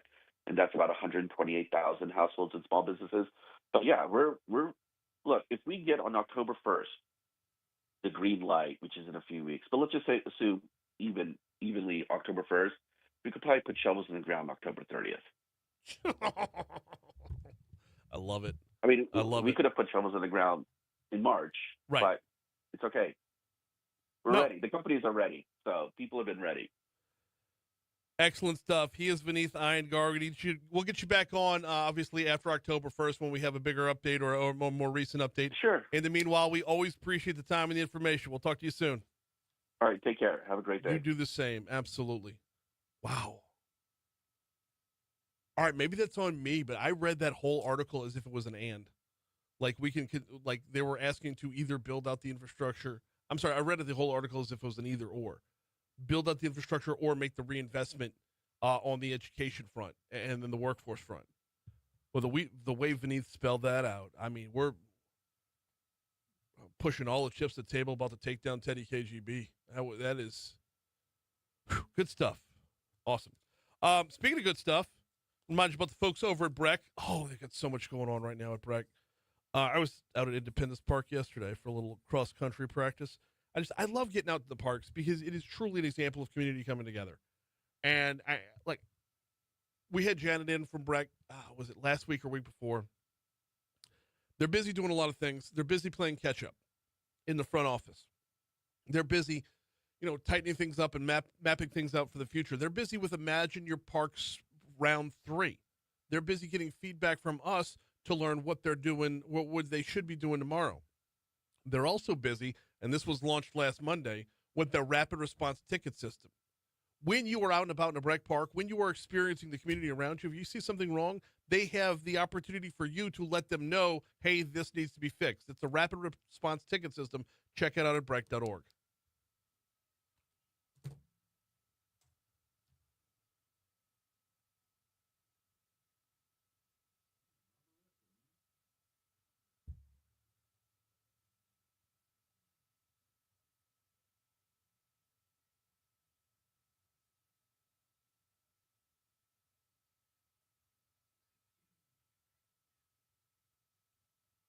It's the fall that's going to kill you.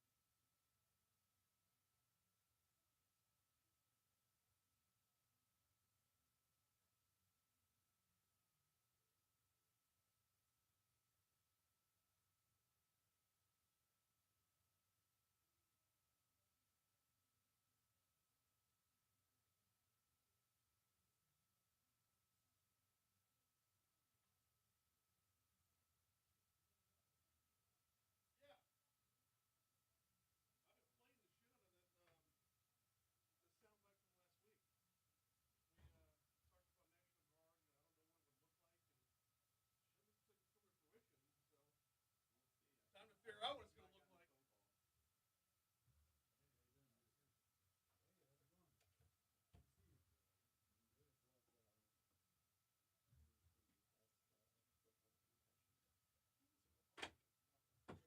look like. He is.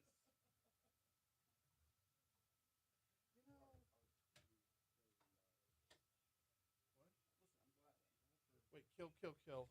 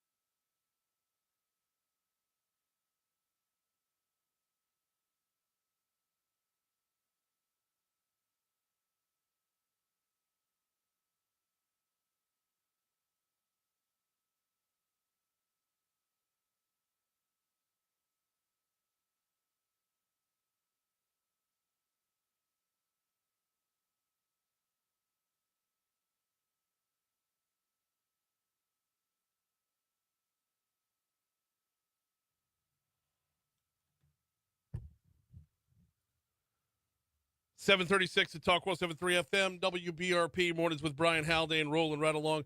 Time to welcome back to the studio Chris Meyer from the Baton Rouge Area Foundation. Let me get that up. You're taller. Let's get that up where you go. There you go.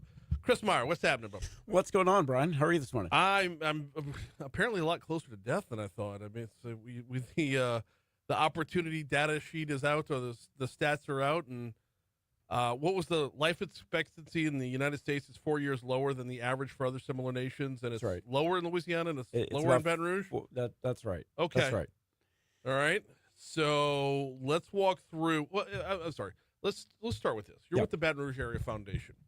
What is y'all's role in finding and letting people know about these numbers?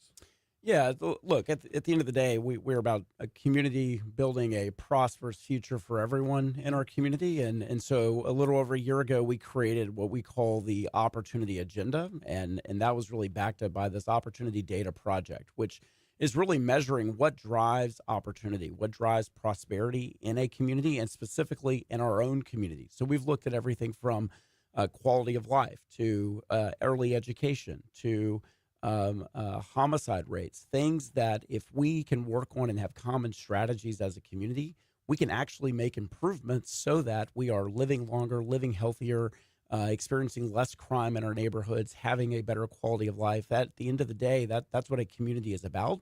It's looking in the mirror and acknowledging where we're making progress, but also where we need to make more progress. And so that's what our latest briefing is. It looks at the drivers of earlier deaths than we should expect in a place like Baton Rouge. Okay.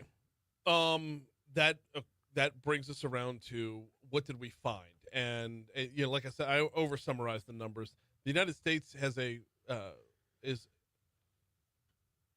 the life expectancy in the United States is 4 years less than the rest of the world. That's right. Baton Rouge is 4 years less than the United States. That's right. That's right. And we see variance in obviously life expectancy of men versus women. Mm-hmm. Men live a fewer years. We also saw differences, obviously, unfortunately, due to race. But we really wanted to look at where are we losing life earlier than we should be. So if we were in a different community, for example, losing life early because of cardiovascular disease or homicide or infant mortality, these are all worse significantly than other communities. Right. And so what we want to do is if we focused on these top 5 drivers, including kidney disease as well and accidents, we could actually cut our premature death rate by 25%. That means more lives, more time with our families, more productivity, a growing economy. All these things work in concert. And so we wanted to focus on those things where we are unfortunately bad outliers in terms of health and health outcomes. We're talking with Chris Meyer from the Baton Rouge Area Foundation about premature death in Baton Rouge specifically. All right, let's break down those top 5 where we're worse. Number 1 is cardiovascular disease, where we're 60% worse than the rest of the nation. I think that's an obvious one. I think we all understand that one. I think anybody who's ever tuned into a Medical Monday on this show knows, we're fat. And that leads to other problems.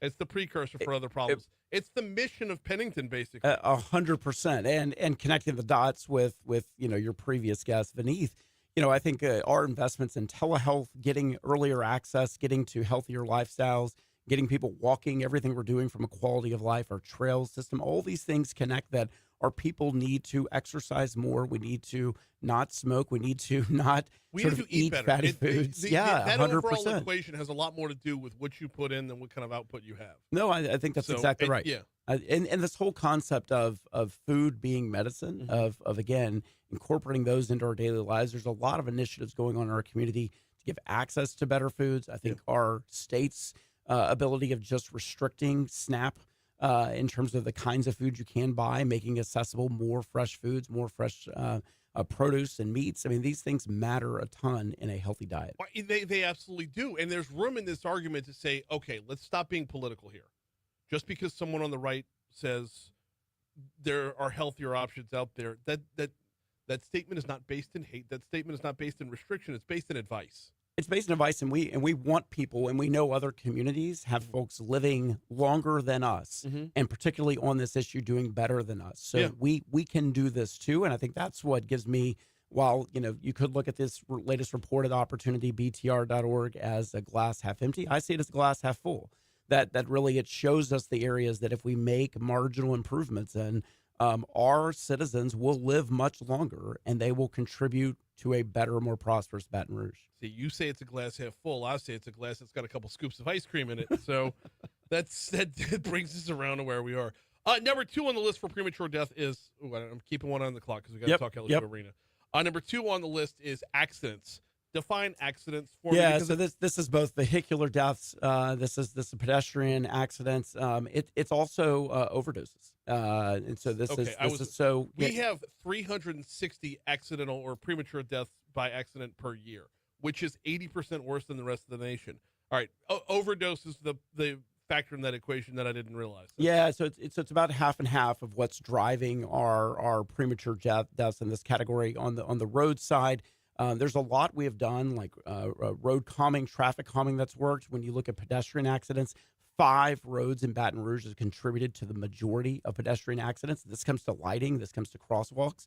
I mean, again, the really simple things that our community has started to do, but using these data, much like we used the data around before of what's driving homicide in our community, and look at corridors that are just happen to not be well lit. These are things that, as we give them to our city planners and our city partners, they can take steps that make things safer so we're not leading to those. Also should celebrate, we have seen a reduction because of law enforcement, because of education around some of our fentanyl deaths, but still way too high for a community our size.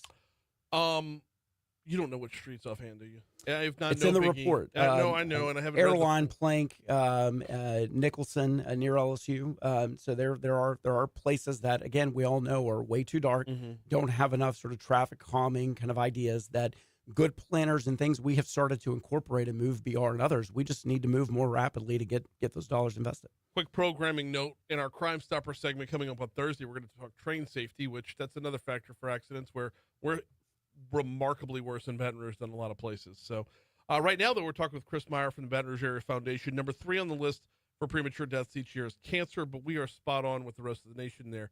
435 cancer deaths is on par with everybody else. That's right. I mean, we have our diagnoses might be slightly higher, but thanks to advancement in treatment, we're not losing lives necessarily earlier than would be expected. Okay, the next number is the big one. The next number is the one that sticks out. The number 4 reason for premature deaths each year is homicide. That's right. Three times the national average, 3 times what you would expect of a community our size. This is something we've talked a lot about.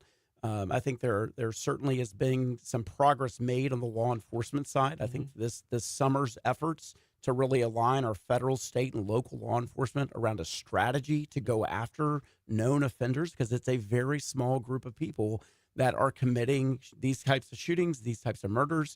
That kind of strategy is something we've needed for a while. I applaud our leadership for getting on one accord and having one strategy.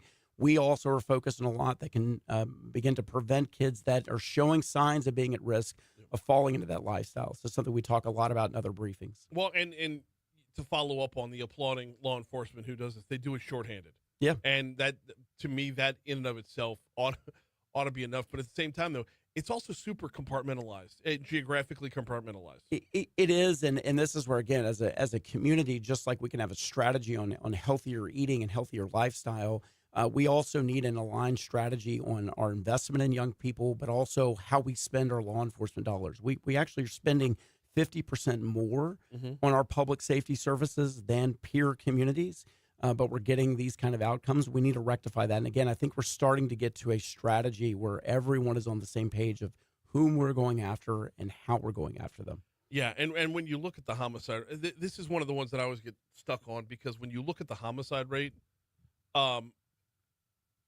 enforcement's role in this is to arrest after the fact. That's right. It's reactive. And we're pressing them to be more proactive, and they are being more proactive. But it's a game changer to say, not only do you have to arrest and solve crimes after they've been committed, but we need you to start diagnosing on the front end so that they won't be committed. That is a tall order. That's a tall order, but again, this year, working with our partners in the school system, the DA's office, we've built one of the largest local data sets on the connection between education and violent crime to understand those sort of early warning signs in kids that frankly are the ones that are ending up committing these murders. And so how can we intervene earlier? And then, eventually we've got to talk about the justice system too, because this works as an entire ecosystem of trying to get that number down. It is not normal that we should be experiencing a murder rate 3 to 4 times higher than what we expect. Get just another minute on this one because I got to reserve 2 minutes to talk about Planned Baton Rouge Phase 3. 45 infant deaths per year. That is, it's 70% worse than the rest of the nation. Is it something we're doing differently or something we're doing worse, or does it just, that number just stand out? Look, I think this is a lot. There are nurse programs and others that, especially with our most at-risk families, that we need to focus our resources. The Advocates had a long sort of series about this issue.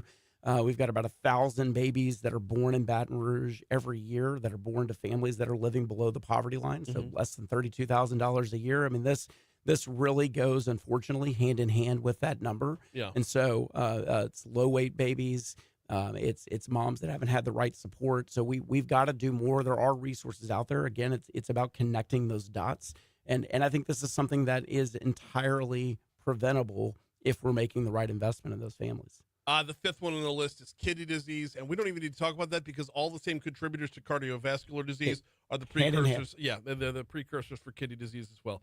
We're talking diabetes, we're talking hypertension, blood pressure, and the like. We got Chris Meyer with us from the Baton Rouge Area Foundation. All right, we got to pivot over. Want to talk about Planned Baton Rouge Phase 3. I'm hearing more and more like the new LSU Arena is going to be a go. Am I hearing right? I think you're hearing right. I think there's a lot of enthusiasm in this community. You think about kind of quality of life. Dancing and singing contribute to a healthier lifestyle, and so we are. Look, I'm trying to make the connections here, Brian. We as the community, though, we need a world-class arena. I think this is our best shot to get it. Kudos again to our community leaders and the LSU team for not just attempting to build something that's only for LSU. Instead, we're investing smartly as a community into a world-class arena, which will allow us to then build a world-class mid-sized venue for about 2,500 people at the River Center, and then allow us to invest continuously in our sort of smaller scale venues. So Baton Rouge in the next 5 years could have top to bottom from Tiger Stadium to the Chelsea's Live. We could have a suite of entertainment assets that attract all types of artists, really elevating music and entertainment in Baton Rouge. And not just a nightlife scene, but it was the number of daytime businesses that would fit into this as well. 100%. I mean, we're not competitive right now as a community. We're fourth in the state in conventions and concerts compared to communities like Monroe and Shreveport. We're the capital city. We are one of the only growing places in Louisiana. We need to invest in all of these things, not just keeping people alive longer so they can enjoy this, but also investing in our infrastructure and our community. I know by following these data, we can do it together. Last one before we get you out of here, and we got less than a minute to go with Chris Meyer from the Baton Rouge Area Foundation, and that is coupling the LSU or the proposed arena with the Planned Baton Rouge Phase 3. How do we manage continuing the talks about what to do next while implementing what we can do now? Yeah, well, I mean, this is why intentionally Planned Baton Rouge 3 fits right in with the LSU Arena plans. So as you see those announcements coming out, we're about to unveil sort of the next iteration of what's going to go on the riverfront. What are those ideas? We've had thousands of people respond both in person and online to our surveys. So planbatonrouge.com is the place you can go to check out some of those ideas. The next big public meeting will be later in October, and that's when we're going to get Fun Fair Park. That something like that, but it's gonna articulate with this new proposed arena. So it's gonna be fantastic. Is Chris Meyer from the Baton Rouge Area Foundation. I always appreciate the time. Thanks, Brian. Here comes a quick break. Come back with This Day in History.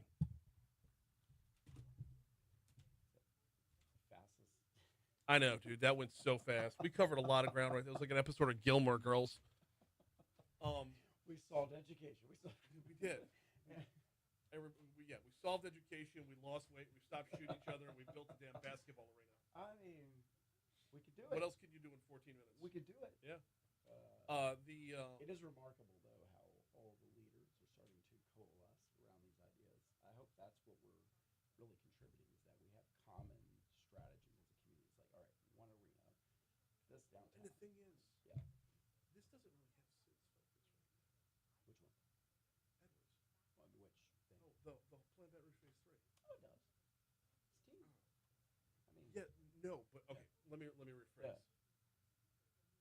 SID is open to letting everybody else input, yeah. and when everyone inputs, we've all got skin in the game. Yeah. We all have value. Yeah.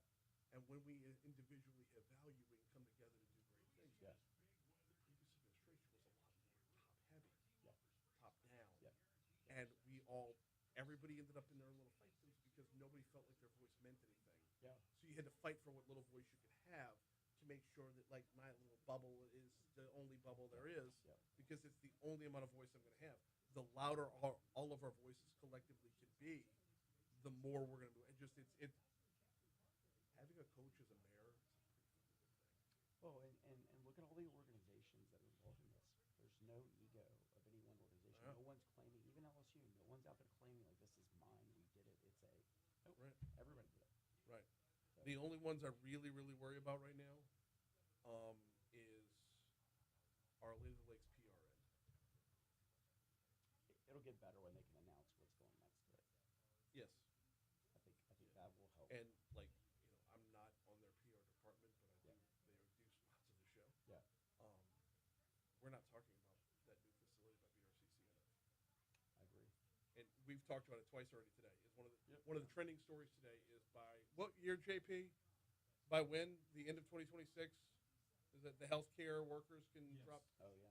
The number of healthcare workers could drop in half by the end of 2026. I think it was the business report yesterday. Well, when you see, like, what's going on with Our Lady of the Lake and BRCC, that's how you reinvigorate the workforce pipeline for that. We had, through our HERO grant, which is the largest in the state, the health district came together with one grant application, so some of the hospitals competing, to basically hire entry-level healthcare workers in partnership with RPCC and BRCC. We had 100 slots to try it. Basically, put a lot of wraparounds as people. It's folks coming in with holidays, with hours. We had 2,000 applications within 72 hours. Holy shit. Within 72 That's hours. like selling Taylor Swift tickets. I mean, which we're like, we got to do more. So, yeah. And this is, again, it's not like the lake or the BRG by themselves. It's like we have to do this together. So there's a lot of momentum about how the teams of community partners are working on our big Well, challenges. the PR battle is people getting mad that they're paying money to slap their name on a building. I'm like, but you're missing the bigger picture, which is hundreds of millions of dollars being invested instead of a couple, million being. The ROI on that is going to be through the roof because the owners are. I know. Yeah. And frankly, for what they're reportedly paying, Oh yeah. Well, because you can't put value on it until you book it out. yeah, You can't put value on it until you see what it's capable of. The one in Austin got like 100+ million in naming rights. Yeah, we're not there though. We're not Austin. We're about to have an arena better than We're theirs. not going to quadruple in size. No, but so we're have an arena better than theirs. Yeah. Well, yeah, but for who? So Me and you, front row every night. it's the ROI of me and you. Later, Chris. Appreciate it. You too.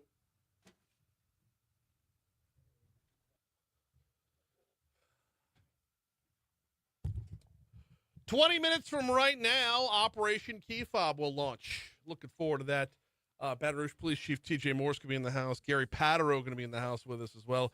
If you don't know Gary Patureau, he has been involved in, how do I put this, the grassroots level of crime fighting in Baton Rouge, whether it be talking about on a crime prevention district or different civic associations. Gary's been going at this for some time, and there are some common denominators that we see that lead to more crime. And this is his baby. This is his plan, and it launches 19 minutes from right now. Right now, we dial back the clock. Right now, it's time for This Day in History.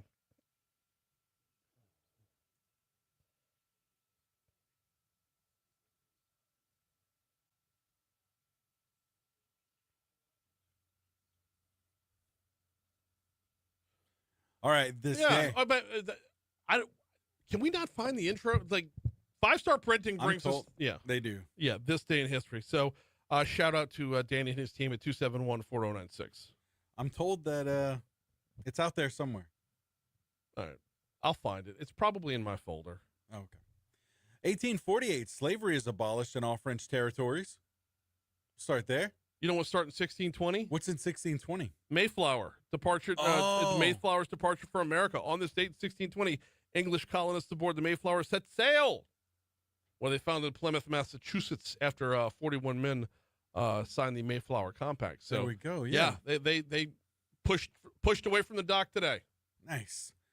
Moving on to 1920, the Wall Street bombing occurs at 12:01 when a horse-drawn wagon explodes on Wall Street, killing 38 and injuring 143 people. Really? Insane. Let's see, 1932. I'm not familiar with this actress, but British actress Peg Inswittle. No clue. Inswittle, yeah, commits suicide by jumping from the letter H in the Hollywoodland, now Hollywood sign in Los Angeles. No clue. Wild. 1965, British singer Davy Jones changes his stage name to David Bowie to avoid confusion with the Monkees of similar name. Okay. Yeah, Davy Jones. Okay. 1969, Johnny Cash was at #1 at the Billboard Country Singles Chart with The Boy Named Sue. 1970, Led Zeppelin won Best Group in the Melody Maker Readers Poll. This was the first time in 8 years that the Beatles hadn't won Best Group.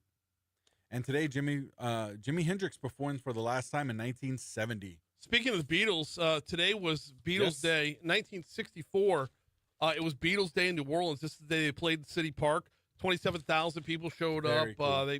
Their only rider in the contract was meeting Fats Domino's, so they did that. But today is the day the Beatles played in New Orleans.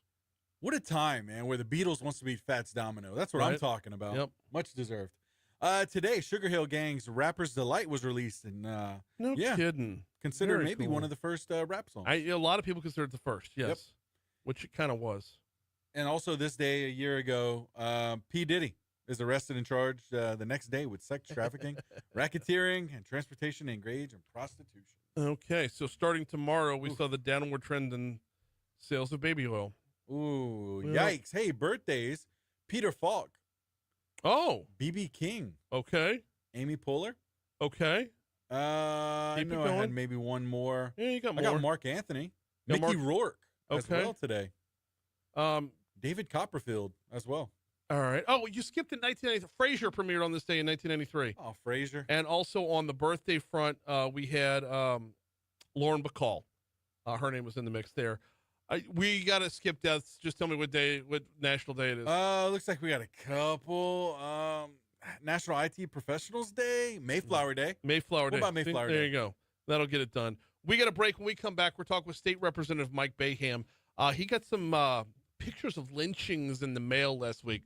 We'll get to the bottom of that conversation next. I thought I read that right. Do what? I thought I read that right, like lynching pics, and I'm like, what? Yeah. So when I Googled it, it's like it was restricted. I'm like, oh, Yeah, pretty graphic. yeah. So I'm like, okay. Do you have his number? You know what? I might have. Yeah, I was like, man, that's By the way, wild, man. Like when we got to move this thing, we could trim that down. Like somebody you've never heard of did something 100 years ago that nobody's ever known about. Like that jumping off the Hollywood side. I don't care. Like you could keep it. To I guess if we, had more. If we have more room to run, kinda- we can walk down that path. But when we got to move it up, it's like That makes sense. yeah, never heard of her. Not going to affect my life.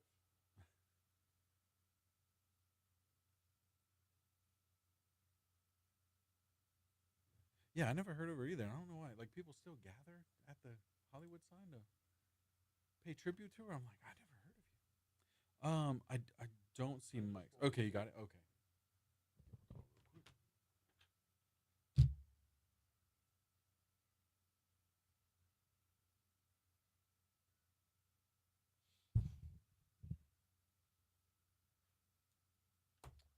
Oh, you know who died today? This day in 1736, Daniel Gabriel Fahrenheit. Who's that? He invented the thermometer.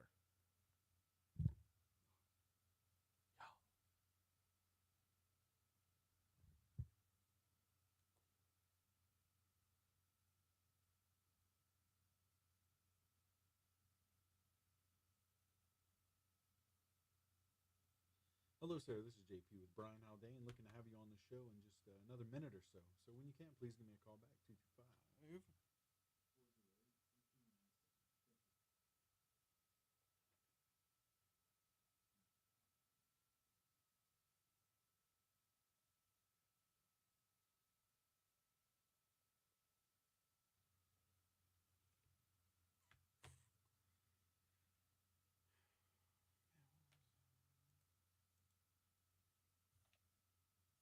Try him again once we come back in. We might have to bail on him.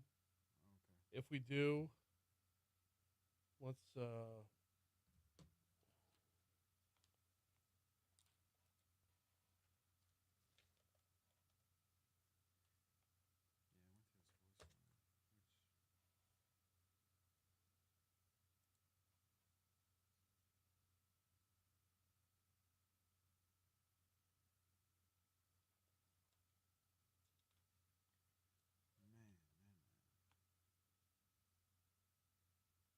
nothing on the LNG story from yesterday. Wow. Thanks, LRN.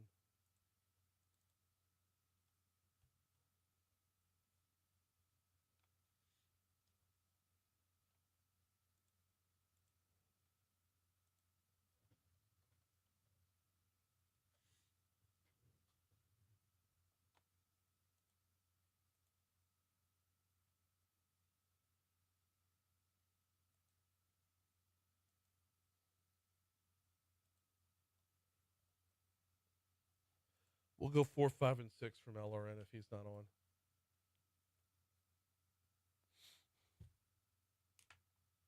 And then I'll figure out what to do in the last segment of the show.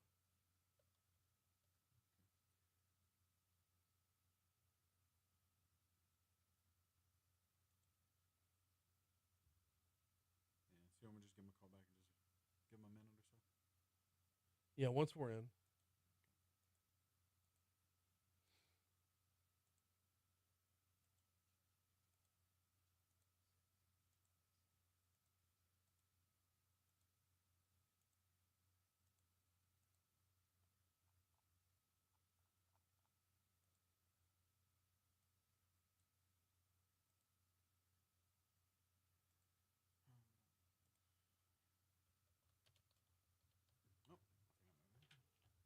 Studio.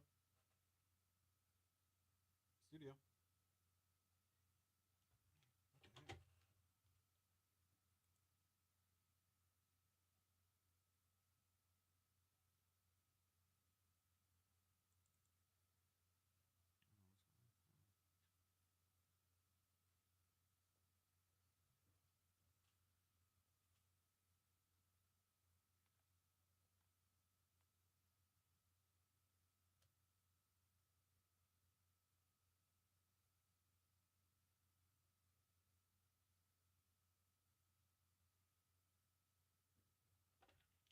Studio. Hi, yes, sir. JP with Brian Haldane. Looking to have you on here in just another minute or so. All right, thank you. Perfect.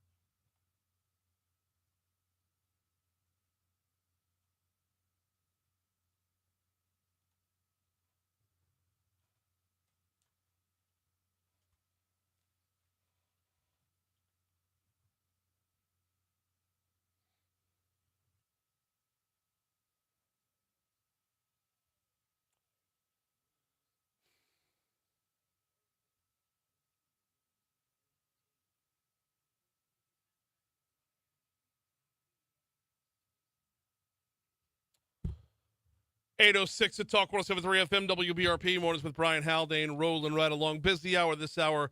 Operation Key Fob launches in our next segment. Congressman Troy Carter joins us before it's all said and done. But right now we go to the hotline. There was news last week of a number of state legislators and other folks receiving pictures of lynchings in the mail.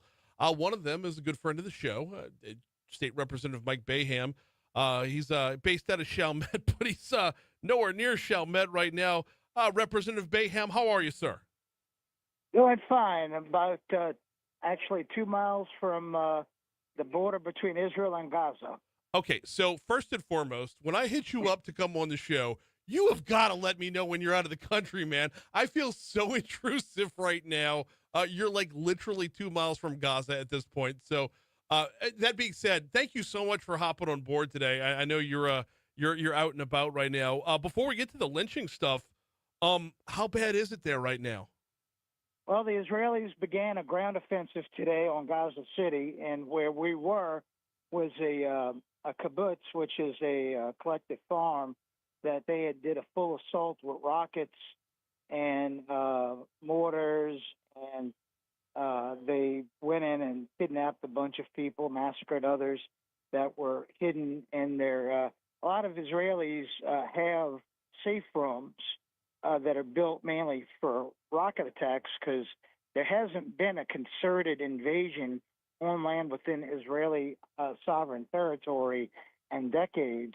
So, unfortunately, the safe houses did not protect these people from terrorists coming in with small arms fire. And what they would do is they'd shoot the locks off the safe room and go in and throw hand grenades in, or they really wanted to take hostages to use them as bargaining chips. So while we were visiting this kibbutz, we could hear the offensive going on, the artillery, the bombings and such on Gaza City. So we were just a few, miles from the war zone. And, it's very sobering that, we were right there. We could hear the explosions every 5 or 10 minutes. Is there any definitive line of demarcation between what is and is not a war zone? How close are you to danger right now, Mike? I'm fairly safe. Remember, the Hamas people did a surprise offensive, so their ability to project an attack was based upon surprise, and a very well coordinated, long planned surprise attack, apparently, but their ability to take on the IDF, the Israeli Defense Forces, is really not even in the same league. The Israelis have a far superior operation, and Hamas is pretty much, on their heels. But, the key thing is they have the hostages, and that's one of the big points of contention right now is that they won't release the remaining hostages. And we also visited the site of the concert where they massacred 400 people. And in addition to kidnappings at the Nova, so we went and visited the memorials there and met with some of the people who had witnessed what had happened, and it was very sobering. What are you doing there? Well, we have a few legislators here. That's part of the Israeli America 250. Israel wanted to have legislators from all 50 states, 250, in conjunction with the fact that next year is the 250th anniversary of the Declaration of Independence. And Israel and America are very close allies. And, so this is a relationship they want to cultivate. It's a bipartisan. We have Democrats and Republicans on this visit from across the country. And so that's what part of this is. We were at a briefing yesterday with Prime Minister Netanyahu in Jerusalem, and we visited some cultural sites as well. So it's been a whirlwind visit, but we're not in any danger where we are here. Okay. Well, I want a full debrief when you get home, because it sounds, equal parts frightening but fascinating as well. We're talking with State Representative Mike Bayham. Let's pivot over real quick to get to the news that I had initially called you about. Walk me through what happened. You got pictures of lynchings in the mail. Yeah, and somebody had recognized it based upon a social media post. That was a photograph of what was the Duluth lynching up in Minnesota, where 3 African Americans were lynched by a mob up in Minnesota, and it was a famous photo taken of the town. I don't know the specific circumstances of the details. Someone mentioned it, and I just Googled it and saw that the person that recognized it, was correct. But we received this postcard, facetiously had the word "thank you" written on script. But what was really interesting was that they had signed Kristi Noem's name Right. on it and had the return address of the Department of Homeland Security, which, because Secretary Noem has Secret Service protection, this went from just being harassing a state official to involving federal authorities, and we had to meet with. I met with some and turned it over immediately in conjunction with the Attorney General's office in Louisiana. Well, and while it said it came from Kristi Noem's office, the postmark was what? Indiana? Denver. Denver. Okay. Do we know why you were selected, or why the legislators or the recipients of these letters, what went into the selection process? Do we know where that's at yet? But based upon what I've been told of the other recipients, and I'd rather not disclose their names because they haven't given me authority to do so. That's fair. It looks like it's been whoever did this went on the state legislative website and they just started grabbing addresses in alphabetical order of the legislators based upon the other members of the House of Representatives who received these disturbing images. And so probably some leftist activists. Now, of course, what happened with Charlie Kirk in Utah, with this happening right the day before, right. In fact, I was meeting with federal officials that morning, and then later that afternoon, Charlie Kirk was assassinated at the college campus. The connection, the coincidence of timing was alarming, and as unfortunately we're living in a more violent political era now, that better safe than sorry. The feds wanted to take a look at what's going on and try to see if there's an imminent threat or this is just some whack job just trying to be cute and harass legislators. But obviously the timing of it is disturbing, and it's going to be unfortunate for them because more resources, I would imagine, will be invested in tracking this person or people down that were behind us than ordinarily would have been. So because they involve a federal official and what happened to Charlie. So we got just about a minute left with Mike Bayham. Sure. Yeah, we've got about a minute left with Mike Bayham. I want to ask you, normally when something like this happens, the investigation is kept pretty close to the vest. How much have you been kept in the loop as to where they are, what your level of safety is, if they feel that there's, there's cause for follow-up here? Well, this is in the hands of the professional investigators. I've had no further communication. I'm sure they're doing my need to be engaged in. It's pretty much not necessary. Right. They have the resources. They have the ability to track things down, get access to camera footage, dust it for fingerprints and such, which we had to put it in a secure packaging so that they could preserve the fingerprints. But I haven't been given any updates, so I'll manage and I'll be updated about the same time as the public is.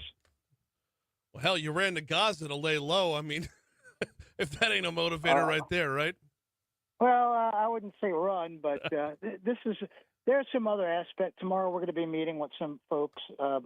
Israel is a big pioneer in a desalinization, which is of great interest to South Louisiana. Yeah. Because some of their water, the Israelis, in addition to reusing wastewater, they use seawater for irrigation purposes. So that's of big interest, particularly with the salt move up the Mississippi River.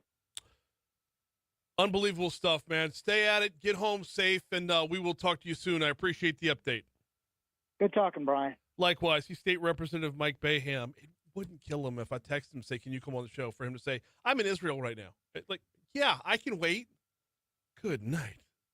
That being said, though, I'm glad he hopped on board. How about that? A front lines look at what's going on in Gaza, literally up to the minute. So thanks to State Representative Mike Bayham for hopping on board. Man, unbelievable stuff. All right, we're running long right here, and that's a shame because when we come back, Operation Key Fob is going to launch on Talk 107.3. I gotta move over to a different mic.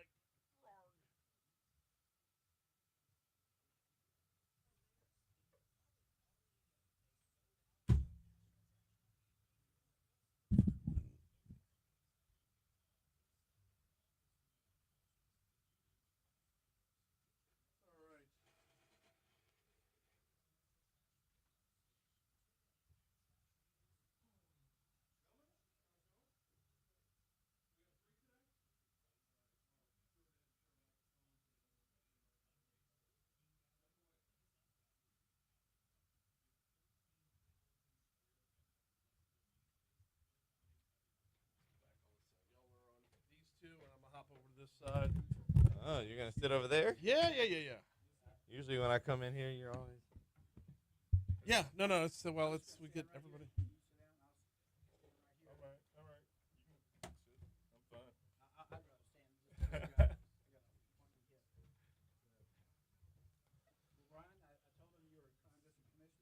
Yes. Doesn't even come with a hat or a badge. Nothing. So. You don't get a jacket or nothing? Nothing. Man, you need to make Nothing a jacket. the swearing in ceremony was really, really undersold. Like they undersold me on this completely. So, no, it's been eye opening to say the least, and in a good way. Sherwood is a lot safer than I would have thought it was. So,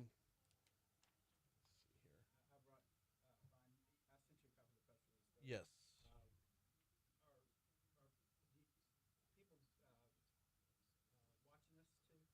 Yes. Yeah, we're always on Facebook Live.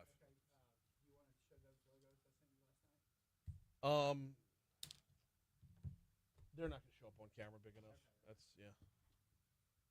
I think your full name and title. Justin Pear, P-A-Y-E-R, Captain.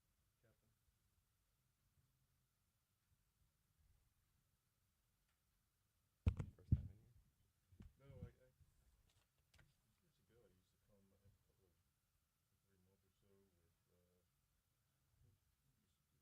so with Bill and Kevin were in here before me, and then before them it was me. So, but yeah.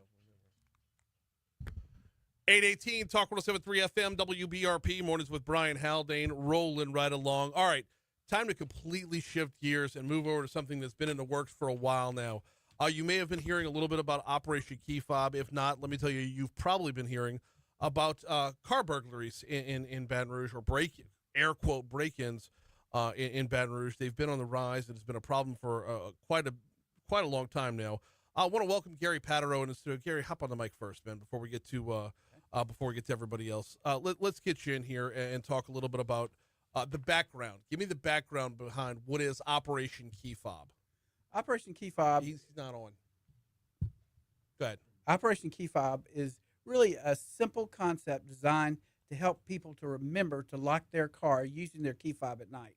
And it's designed from, we have neighborhoods have so many car burglaries where the residents leave their car unlocked. Mm-hmm. And it's incredible the stuff that people leave in the car, from guns to purses to computer bags and things like that. So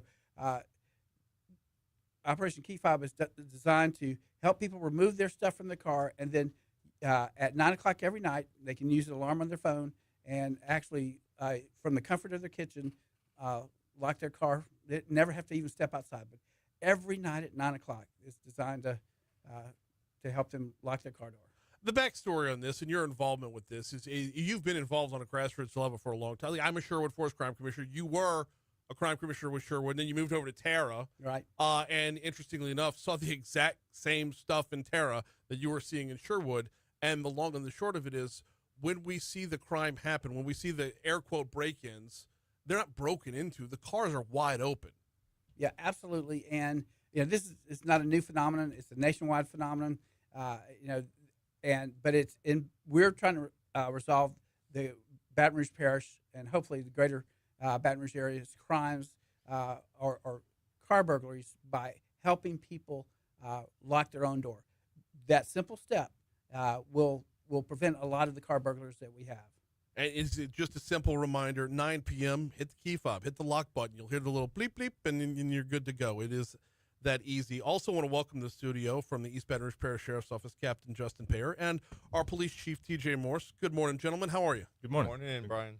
Glad to have y'all in this morning, and glad to be talking about this. Chief, you and I visit every month, and this has been a running topic for some time now. Your reaction when Gary first approached you and said, let's do this? Oh, I was welcomed, very open arms welcoming. I'm glad that we're able to kind of spread it even parish-wide and get all the crime districts, the homeowners association, everybody involved to try to push this message. We've been trying to push it for a long time. It comes up very often on the show when I'm here with you. Yeah. Just talking about their guns stolen out of vehicles, 300 last year. We're on par this year. Right now, year-to-date, 150 guns stolen out of cars. And the vast majority of those are unlocked vehicles. And yeah, by vast majority, it's like literally 1 or 2 are locked. It's everything else is unlocked. It's an amazing, it's an amazingly frustrating stat because it doesn't seem to, it's not taking hold. Like you hear a lot of, well, I shouldn't have to lock my car. Well, we don't live in the land of shouldn't. Yes. Like getting that message across, and hopefully this will be a reminder, just so it's top of mind. Captain Justin Payer with the East Baton Rouge Parish Sheriff's Office want to broaden out from within the city limits to parish-wide. Problems the same? Problems look different? What are we talking about? It's the same problem all across the parish. We were looking at our numbers, and in our vehicle burglaries, 68% of them are unlocked vehicles. So if we can get this message out and just get people to start locking doors, their car doors, it's going to make all the vehicle burglaries go down. And on that point, out of our vehicle burglaries, 21% of them had a gun stolen out of them. So you have 20% of your cars, a gun stolen out of them, and 68% of them are unlocked. Everybody needs to start locking their cars. It's one of those ones that for me gets so frustrating because it feels like an invitation to take it. It's like I know they shouldn't, right? Mm-hmm. But it feels like an invitation. If you leave the door unlocked, you leave anything visible inside I don't even leave an empty can of Red Bull in my car, just because if you see something shiny, you might want to go after it. It just, that level of being complicit. It just, as someone who would like to see an overall, and the thing is, it's not just the people who are getting their cars broken into. When the car gets broken into, the entire neighborhood is subject to a return. The entire neighborhood is subject to, the criminal knows this is a spot where this is where we can go fishing and the fish will bite. Yeah, so it's kind of the inverse of build it and they will come. Right. So if there's nothing kept in your car of value, then the criminals are going to stop coming. Right. So if we can, just spread that message, don't keep things of value in your car, keep them locked, then the criminals are going to stop coming to that area and they're going to quickly learn. But if they can come and pull on door handles and find a bunch of open cars and things of value to take, and even people leaving key fobs in their cars and stealing the car itself with an unlocked door, then they're going to keep coming.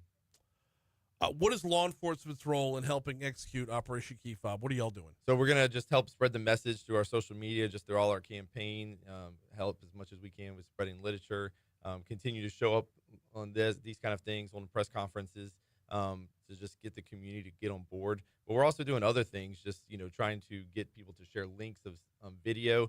Don't go on Facebook or the neighborhood apps and talk about how somebody pulled on your car door without ever calling the police. We need to know that information. We need to know where these things are happening. We need to get all the videos we can so that we can deploy our resources, more patrols, the drones, our bait cars, which I've brought back under my administration, that we can deploy certain areas to try to catch the people in act.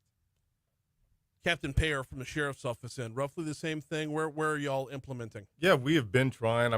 Every time we can try to get the message out to lock your car doors, we try to get it out, and this is just going to help spread that message even more. So we want to try to help that with Gary getting it out, especially to the neighborhoods, all the neighborhood associations and crime districts, and just pushing it out to as many people as we can to lock your doors and try to get the vehicle burglaries down. Let's talk about resources for just a minute. And this is a back end of this conversation that I don't think will get enough attention. And I know, Chief Morse, on your end, you're shorthanded.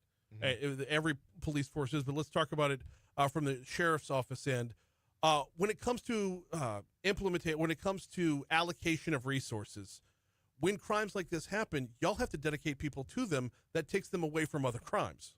Yeah, absolutely. Every time something that comes in, I'm having to use manpower to go out and investigate vehicle burglaries, for instance. Mm-hmm. We have a rash in a neighborhood. That's manpower that takes to go investigate it. If we don't have the vehicle burglaries, if all the doors are locked and we don't have anything, people stop going to break into cars, we can use that manpower on other things. You ran down the statistics a minute ago, and we're talking with Baton Rouge Police Chief T.J. Morse, Captain Justin Payer from the Sheriff's Office, and Gary Patureau about Operation Key Fob. You ran down the statistics a minute ago, and I don't know if you have this stat. I don't know if they, in sports they got the next gen stats. When you have the number of cars that are left unlocked, the number of cars that are left unlocked that have a weapon in them, the number of cars that are left unlocked that have that gun stolen, how many of those guns are used in the commission of a crime, specifically a homicide? I don't have those specific numbers. We get better stats on football than we do on crime, I swear. But it's the natural progression of things. So I just walk down that path of, without having hard numbers, the apparent frequency. I mean, it is, and it's we see it all the time. The guns that are getting recovered, a lot of times that were taken in the vehicle burglaries are getting used later in violent crimes. And a lot of times the violent criminals, they're just going out targeting, doing vehicle burglaries, looking for guns to commit the violent crimes. Within the city, I assume same thing, especially when we're looking at our juvenile crime. A lot of times it's the juveniles that are just walking the neighborhood at night, pulling on door handles or in apartment complexes, and then those guns are getting in the hands of juveniles. And as we've talked about before, increase in our suspects as juveniles committing homicides and other violent crimes. Are there other ways for juveniles to obtain these weapons? I mean, not legally. Right. So, I mean, you got to be 18, right, to buy a rifle and 21 to buy a handgun, so, if you're a 15-year-old, the only way you're getting a gun is illegally and breaking into a car or buying it off the street. Well, then there is a direct correlation right there as we see the age of the criminal younger. The only way they're getting the guns is either, taking them from their parents or walking around the neighborhood just pulling door handles till they find one. And 300 in 1 year, it's a staggering number. 150 so far this year. Unbelievable stuff. Gary, let's get you back in here for a minute before we have to close out for news coming up in just a little bit. When it comes to Operation Key Fob, we know what law enforcement's role is here. What's the public, aside from hitting the key fob and locking your car door, what's the communication role of the public right now? Right now, we're trying to appeal to residents in neighborhoods, and if they do that, we're not. There are car burglaries in shopping centers and things like that, but we're really focusing on residents in neighborhoods, residents in apartment complexes, things like that. If we feel like we do that, we're going to be successful in knocking this down. Brian, I would like to give the little one thing. Go for it. All right. So this is sort of the tagline. Use your phone alarm to remind you at 9 o'clock each night from the comfort of your kitchen to lock all your vehicle doors with your key fob. So there are 4 points.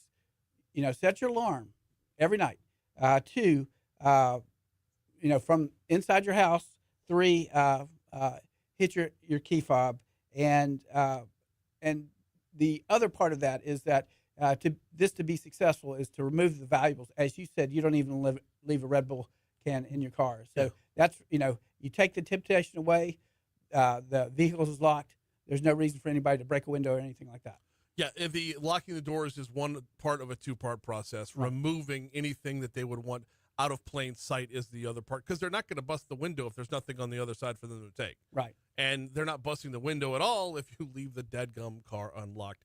It is called Operation Key Fob. It's underway. It's an awareness campaign and a reminder campaign. Lock it up. Leave nothing inside. Take care of it every night at 9. Gentlemen, thank you all so much for a couple minutes this morning. Thank you, Brian. We got news, traffic, weather coming your way in just a little bit. Do need to remind you about the folks over at Mathern's, 3 locations. They're downtown on 3rd Street, Nicholson Gateway Shopping Center, directly across the street from Tiger Stadium, and Highland Road, just west of Kenilworth Parkway. If you download the Mathern's Rewards app, you could be earning cash towards more groceries every time you shop. They've got deals, they've got coupons, they've got it all. You just got to sign up and download the Mathern's Rewards app today. All right, quick break. We got ABC News, local news, traffic, weather, DC Current, presented by LABI. Congressman Troy Carter's next. Thank you, Brian. Good time. Yep. I'm always impressed with you. He's like, you got 30 seconds, and you know just how to fill 30 seconds. I don't have the signs. On the money. Well, always appreciate it. We're talking baked cars next time. Okay. Yeah, that's I like that. Something you can test, too, because I've done it on my car. You roll down the window in your car. Thanks, appreciate it. It's good to meet you, Justin. Yep. Thank you for coming in. Appreciate it. Thanks a lot. Appreciate it. Good seeing you, man. So roll down the window in your car. Mm-hmm. Then take your key, lock it, reach in the open window. Yeah. Like pretending like somebody just smashed in, reach in, manually unlock it, open the door, your alarm will still go off. Really? Unless you unlock, if you lock it with your key fob, you got to unlock with your key fob to make the alarm disable. I didn't even think about that, but yeah. So like if you lock it with your key fob, somebody smashes the window and opens the door to get I in love there. that a car alarm went off during the segment. You heard that? I was like, did they do this on purpose? That's funny. Somebody's trolling us.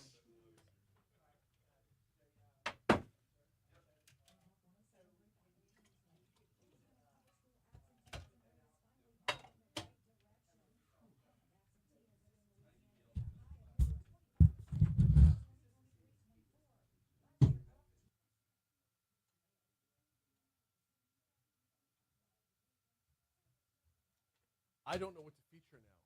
That was supposed to be the featured, but now Bayham is in a live update from Gaza. Later, y'all. I don't know, like, knowing how limited my time was, and Gary put a lot into launching that on this show here. Yeah.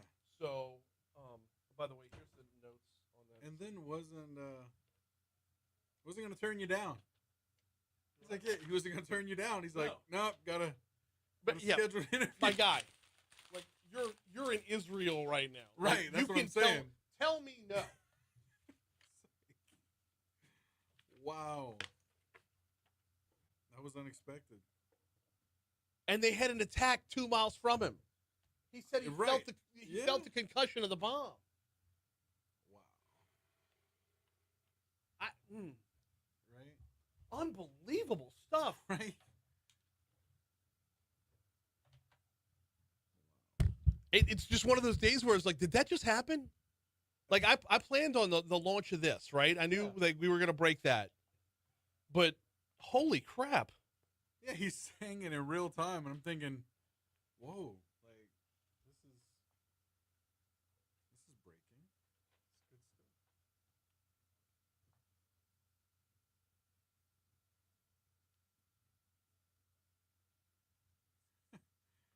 Yeah, Brian, no big deal, but if we get disconnected, it's because I'm in Gaza.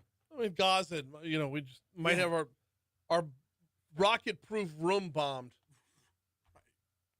Oh, they open up doors and throw grenades in. Yeah, no big deal. NBD. Anyway, what do you want to talk about today? Hey, Mike, no offense, what the fuck are you doing there? Was Wally World closed? What happened? Oh, man. Brian, we're not in Kansas anymore. We're, man, wow. All right.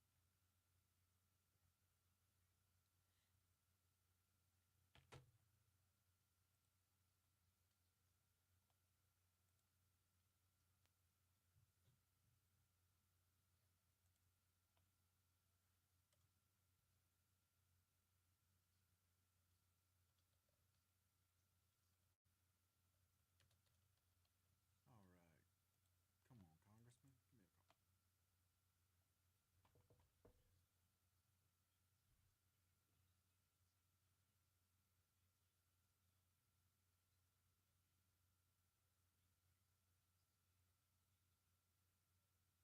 By the way, does Chief Morse know how to trigger me at all?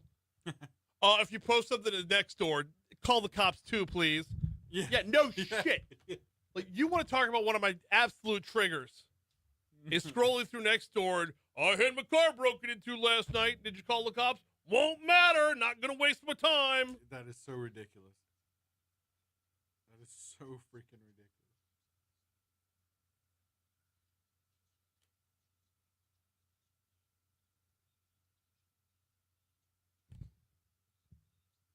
We just had an update from Gaza.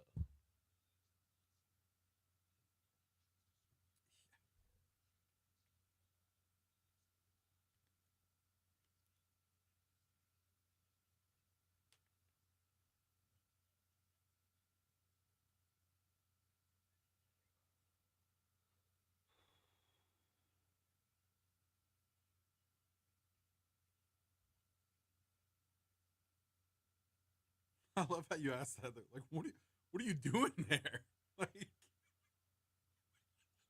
Like, I mean, I didn't want to be rude about it, but dude, but like, it's true. Like, you're a state representative from Chalmette.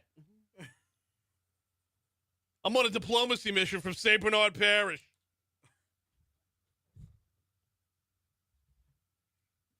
Bayham has been very active in the 250th anniversary of America. We're gonna do a lot with him, by the way. Yeah. Might even put together a podcast series. I don't know. Oh, nice. But Very cool.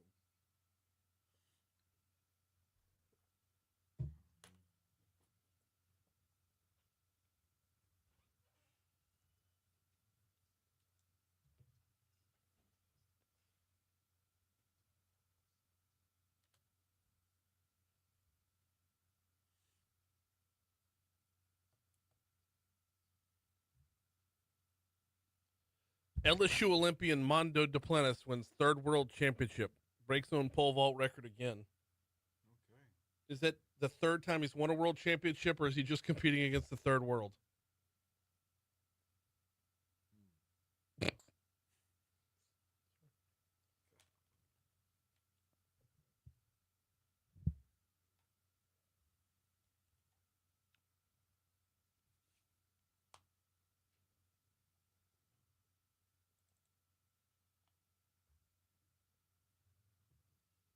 Come on, Congressman.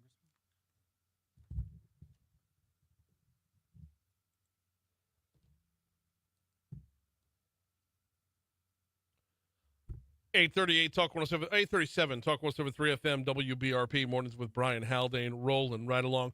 Waiting on Congressman Troy Carter to hop on the hotline and get a little DC Current presented by the Louisiana Association of Business and Industry.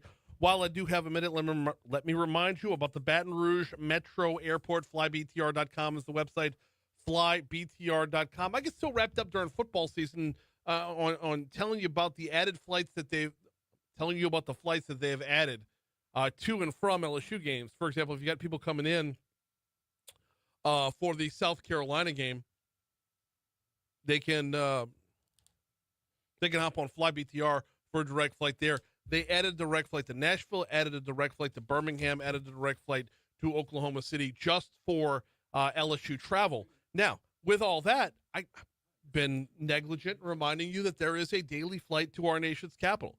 You can fly daily to Washington, D.C. from Baton Rouge Metro Airport. Hop on flybtr.com to get the details. Leaves out about 7:15 in the morning. Comes back home same evening. Get your business done in our nation's capital same day with flybtr.com. All right, it is time for DC Current.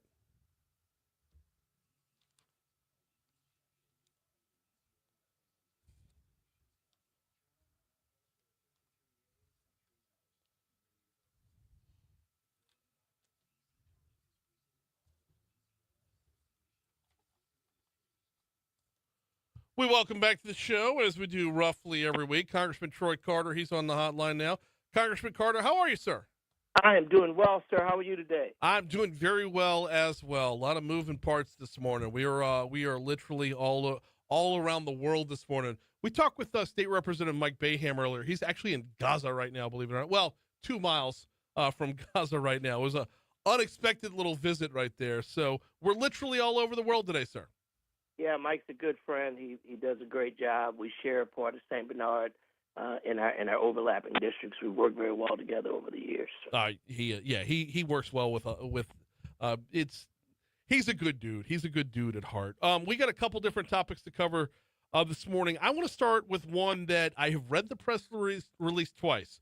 So when I ask you about it, I'm going to need you to speak slowly and use small words because I'm lost. You have introduced an Auto Bailout Accident Victims Recovery Act. What is this?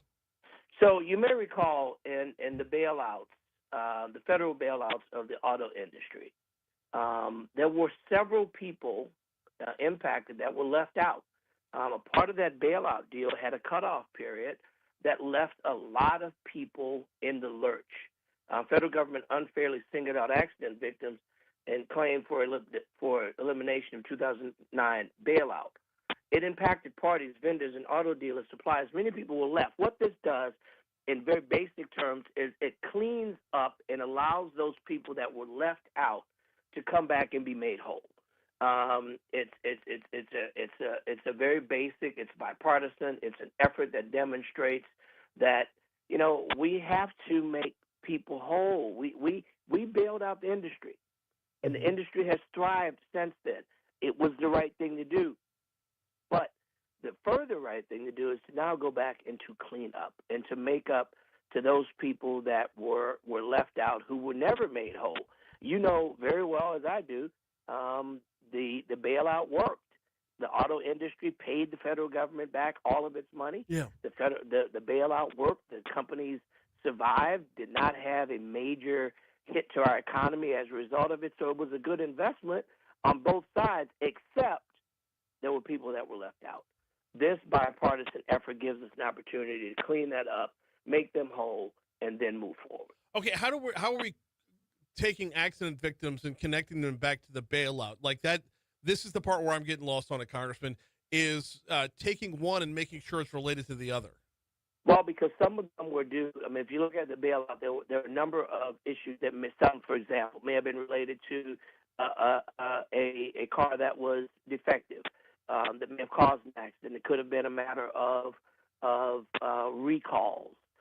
There are a number of nuances that are very intricate. They go into all the details. So when we talk about the broad stroke that in presenting the bill, it covers a myriad of individuals, all from one to hundreds of people that may have fallen in a particular category of people that just would have been eligible for relief had it been done timely.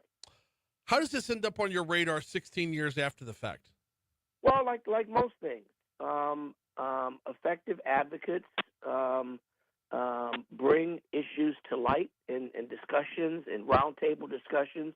This became a part of an effort in a roundtable discussion that I was involved in, and became very interested in figuring out, wait a minute, how did this happen? Much like the questions you're asking, wait, this doesn't make sense to me. Right. How could this be possible? And we often find wrongs that are out there that go unfixed because you don't have members of Congress or others who find the interest in correcting it. Sometimes it's easier to let these things go undone. Yeah. Fortunately, there are a handful of us on both sides of the aisle, Republican and Democrat, who see enough injustice in this that we decided to join forces to advance a remedy. Was there not a statute of limitations that would have expired on this, or is that what you're trying to undo? A part of this is all within that. Yeah. Yes. And a couple more on this one before we get, because we got another topic to cover as well. We're talking with Congressman Troy Carter. This is DC Current, presented by the Louisiana Association of Business and Industry. You can learn more about your state's Chamber of Commerce at labi.org. Congressman Carter, is this going to cost the taxpayer money? It's not going to cost taxpayer money. This is a part of the settlement that will come from the auto dealers. This is not going to adversely impact the federal coffers. It will come from industry. Okay, and and this is you and Congressman Barry Moore are from Alabama. How tough is it to rally the troops? How tough is it to whip up votes for something that, like I said, 16 years in the making here? Can you keep Congress's level of attention and enthusiasm for this one? Well, yes, I think so, because if as you dig into this, you will find that there are victims. There are people that were impacted by this in all 50 states. So you will find that every one of us have constituents that may have been impacted by this situation. So all members of Congress, Republican and Democrat, have skin in the game, if you will. We have constituents that have been wronged, and now we have an opportunity to collectively make a right. It's another one of those examples of everything is not Republican or Democrat. Everything is not one side of the aisle or the other. Here's an example of joint forces working together to correct an oversight. Listen, I don't think there was any malice. There was no act to leave these people out. It just happened, and it was identified that, all these people were left out. What this measure will do will be to amend the Fifth Amendment class action, as you mentioned a second ago, on the statute of limitations, which allow them to be granted relief. What level of information communication campaign is there going to need to be to find victims? I mean, I would assume there are a bunch of Americans who are victims of this who have no idea that they fall into this category. Yeah, that's a whole other campaign. I mean, that's not going to be a job for Congress. That's an issue of the plaintiffs in the various lawsuits. We obviously will advocate our legislation. We'll advocate the actions that are being taken. We don't have a horse in the race as it relates to any individuals. Our policy is general. Our policy is a blanket to provide opportunity for people to be granted relief in cases where they were wronged. So as far as congressional duties. Our job will be to create the legal framework, and in doing so, there will obviously be a lot of news and press and good people like you who are willing to use your venues to tell the truth and provide resources to the American people. And we're hopeful that will be a means of people knowing that their rights are being restored. We got Congressman Troy Carter with us for another couple minutes. This is DC Current presented by LABI. Let's pivot over to you and Clay Higgins teaming up. Tell me about the Twice Act. So, this is another bipartisan bill that I'm proud to be once again reintroducing. Twice Act is TWIC efficiency. This gives us an opportunity to reduce recidivism and address transportation workforce shortages all at the same time. So individuals that are incarcerated have the opportunity who are getting ready to be released. These are not people that are staying in jail. These are people that are slated for relief. They get an opportunity to start preparing and applying for the TWIC license, which is a license that allows them to work offshore. It gives them an opportunity to work in programs and transportation that require a license. They can actually begin the process and apply for their TWIC card, which allows them to immediately go into the workforce upon release from incarceration. This is a huge step because, there's something magical. In New Orleans, there's a program called First 72. First 72 is a program that gets people who are recently released from incarceration and helps them find jobs, housing, opportunities, counseling in that first 72 hours. What's magical about the first 72 hours? There's something in that first 72 hours of release. If a person doesn't find a job, find a home, find someone to help them, find some hope to give them hope that they can reacclimate to society, they may very well find themselves back in a system of crime. Mm-hmm. So that first 72 hours becomes very important. And so the Twice Act, gives them an opportunity within that first 72 hours to be able to go to work with a meaningful job, to start building their lives, thus doing two things. One, helping us with the job shortage in this particular area, but number two, making sure that they do not become a part of recidivism and ending up back in the penal system. I'm very proud of this bill.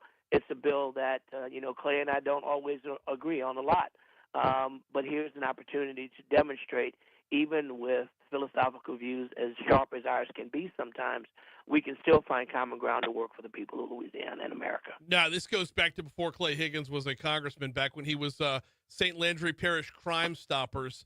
This gives the opportunity to take a lost soul and put them back on the right path. That's a fact. He is Congressman Troy Carter. Yes, sir. He is Congressman Troy Carter, is DC Current presented by LABI. We do it at this time every week. We always appreciate the time, sir. We'll talk to you next week. God bless you, my friend. Have a fantastic week. You do the same. That is Congressman Troy Carter right there. All right, we're coming up on our last break.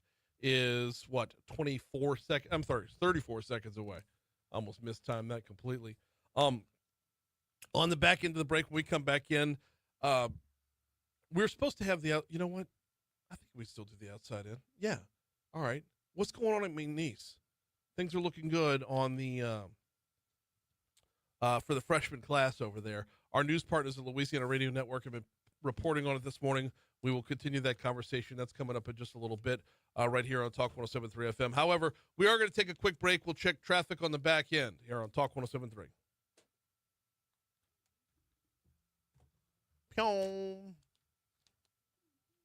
4, 5, and 6, please.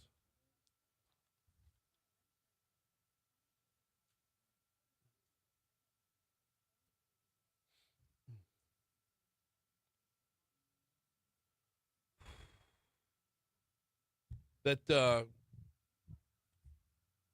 car bill sounds like a boondoggle. I hope and I'm not saying that as a negative to Congressman Carter. The way it reads, the way it sounds like it's going to play. Yeah.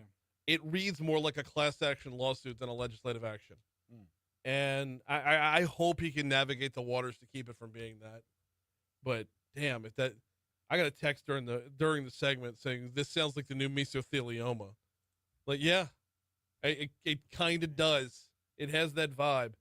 But I'm hoping the congressman can keep the ship in its proper channels.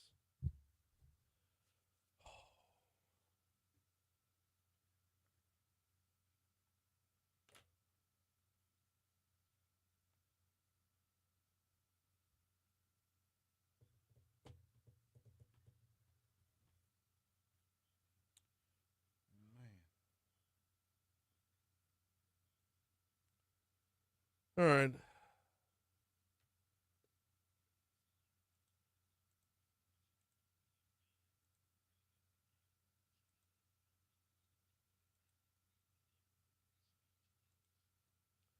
Galen says, also funny, most people don't understand freedom of speech. We are not free to say anything we want without ramifications from non-governmental institutions like our employers. That is correct, Galen. That is correct. The freedom of speech is limited to you will remain free based off of your speech or within your speech. You are not subject to not having ramifications or repercussions, but you cannot be jailed for what you say.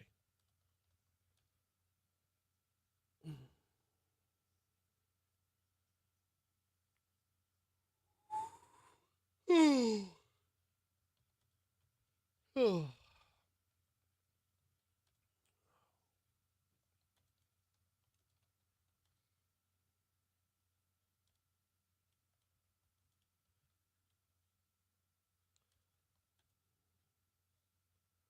Brian, it looks like your guys have been having internet problems all morning. May want to pass this on to your IT folks. Wait, what? Have we been lagging or anything? I don't know. Has it interrupted our live? No. Not that I can see. No, we've been consistent. I don't know. First I heard of it. Did anybody else have any problems? Yeah, let us know. Yeah, because on my end, everything looks good. But yeah, let us know. Chime in. That helps.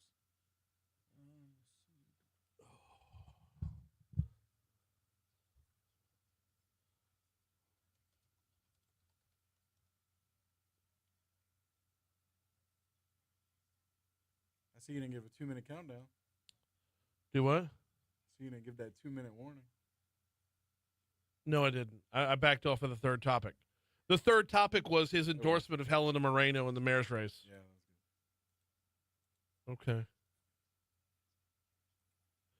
Troy was good. Congressman Carter was good this morning. Don't hate. He was. I was just mad. No. Galen says, yes, it has paused many times like Troy Carter, which may have been a blessing. Oh, no. Bro, no, so no. wrong. Hater.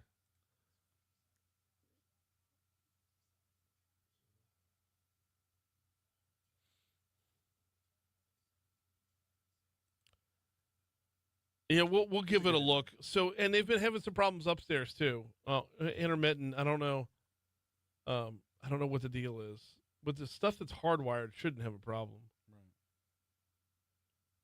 That's like that time, like the stack fired off, and then we had a producer meeting that day, and everyone was like, "Oh, we had the same problem." I was like, "Oh, yeah." I didn't know if it was. Just... Meanwhile, like I know AFR when they do the video interviews, yeah, he's been having problems with them cutting out as well. Yeah, I think we might be having some infrastructure issues with our internet. Because there are times, so when I get done with the show, when I reopen my laptop at my desk, yeah, I'll get spinny wheels on all my websites trying to re-up. So.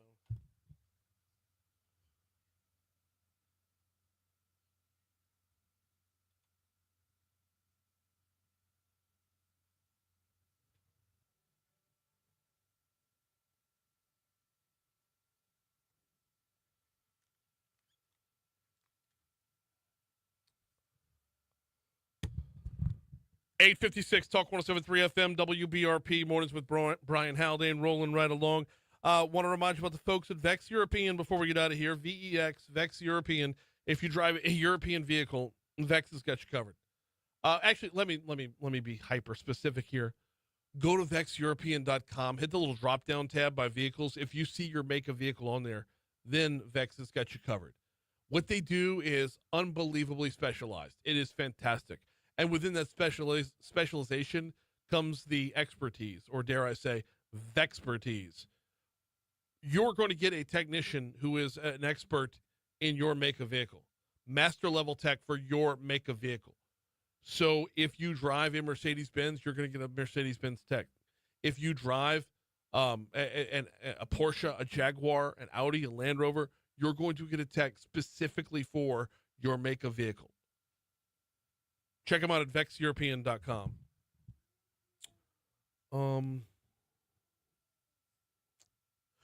During our news at the bottom of the hour, Louisiana Radio Network was reporting on a story from McNeese State University. McNeese has stopped a 14-year decline in enrollment. And University President Dr. Wade Roos says more and more students are choosing to attend McNeese. Last fall, we were up 3%. That was the first time we'd been up in 14 years, and we announced today that we're up 5% this fall. That's our largest increase in 22 years. So 4% and then 5%. So that's a 9% increase over the course of those 2 years combined. Dr. Roos says what he's most proud of is more than the 13% increase in the size of this year's freshman class. He says in the last 45 years, there's only been one instance in which there's been an increase that was this big. We're really excited about this region. Families and students believe that there's value here, and the proof's in the pudding in terms of this data. Yes, there is. And I want to know the extent to the value or the perceived value. And I also want to know what he's doing over there to attract more students. Matt Lee, LSU's interim president, was the guest of the press club yesterday. And he spelled out for everybody just what they're doing at LSU to show success. And at LSU, just like at McNeese, biggest freshman class ever. More than 50,000 applicants. You've got thousands upon thousands of valedictorians. You've got just the resume to get into LSU has been getting stronger and stronger over the years, and they're just churning out winners. But at the same time, though, it's not just LSU. This story spells out we're seeing it at McNeese as well. So I wonder what they're doing at McNeese that is working. Roos says marketing the university is a big part of it. I went to visit most high schools in the Five Parish area myself. In addition to that, we have created some excitement by investing in athletics. Our March Madness run, I think, had a positive impact. Maybe. That's got to be more sustained. That's got to be over a longer period of time, does it not? 2 runs with Will Wade when you know Will Wade's going to a bigger school. I don't know if that's a keeper to sign up for college. But nonetheless, they are showing great success. They're showing great success over there. And I'm wondering what that's going to translate into. Because while interim president Matt Lee is showing great success at LSU, he's still got that interim tag. So we'll see where that goes from here. All right, we're done. Moon's next. Can you forward me the group photo of the guys, Patureau, and can you forward me the group photo from Operation Key Fob? Thank you. Yeah, the headline just reads, "Lock your fucking doors." Okay. Facebook, we'll see you later.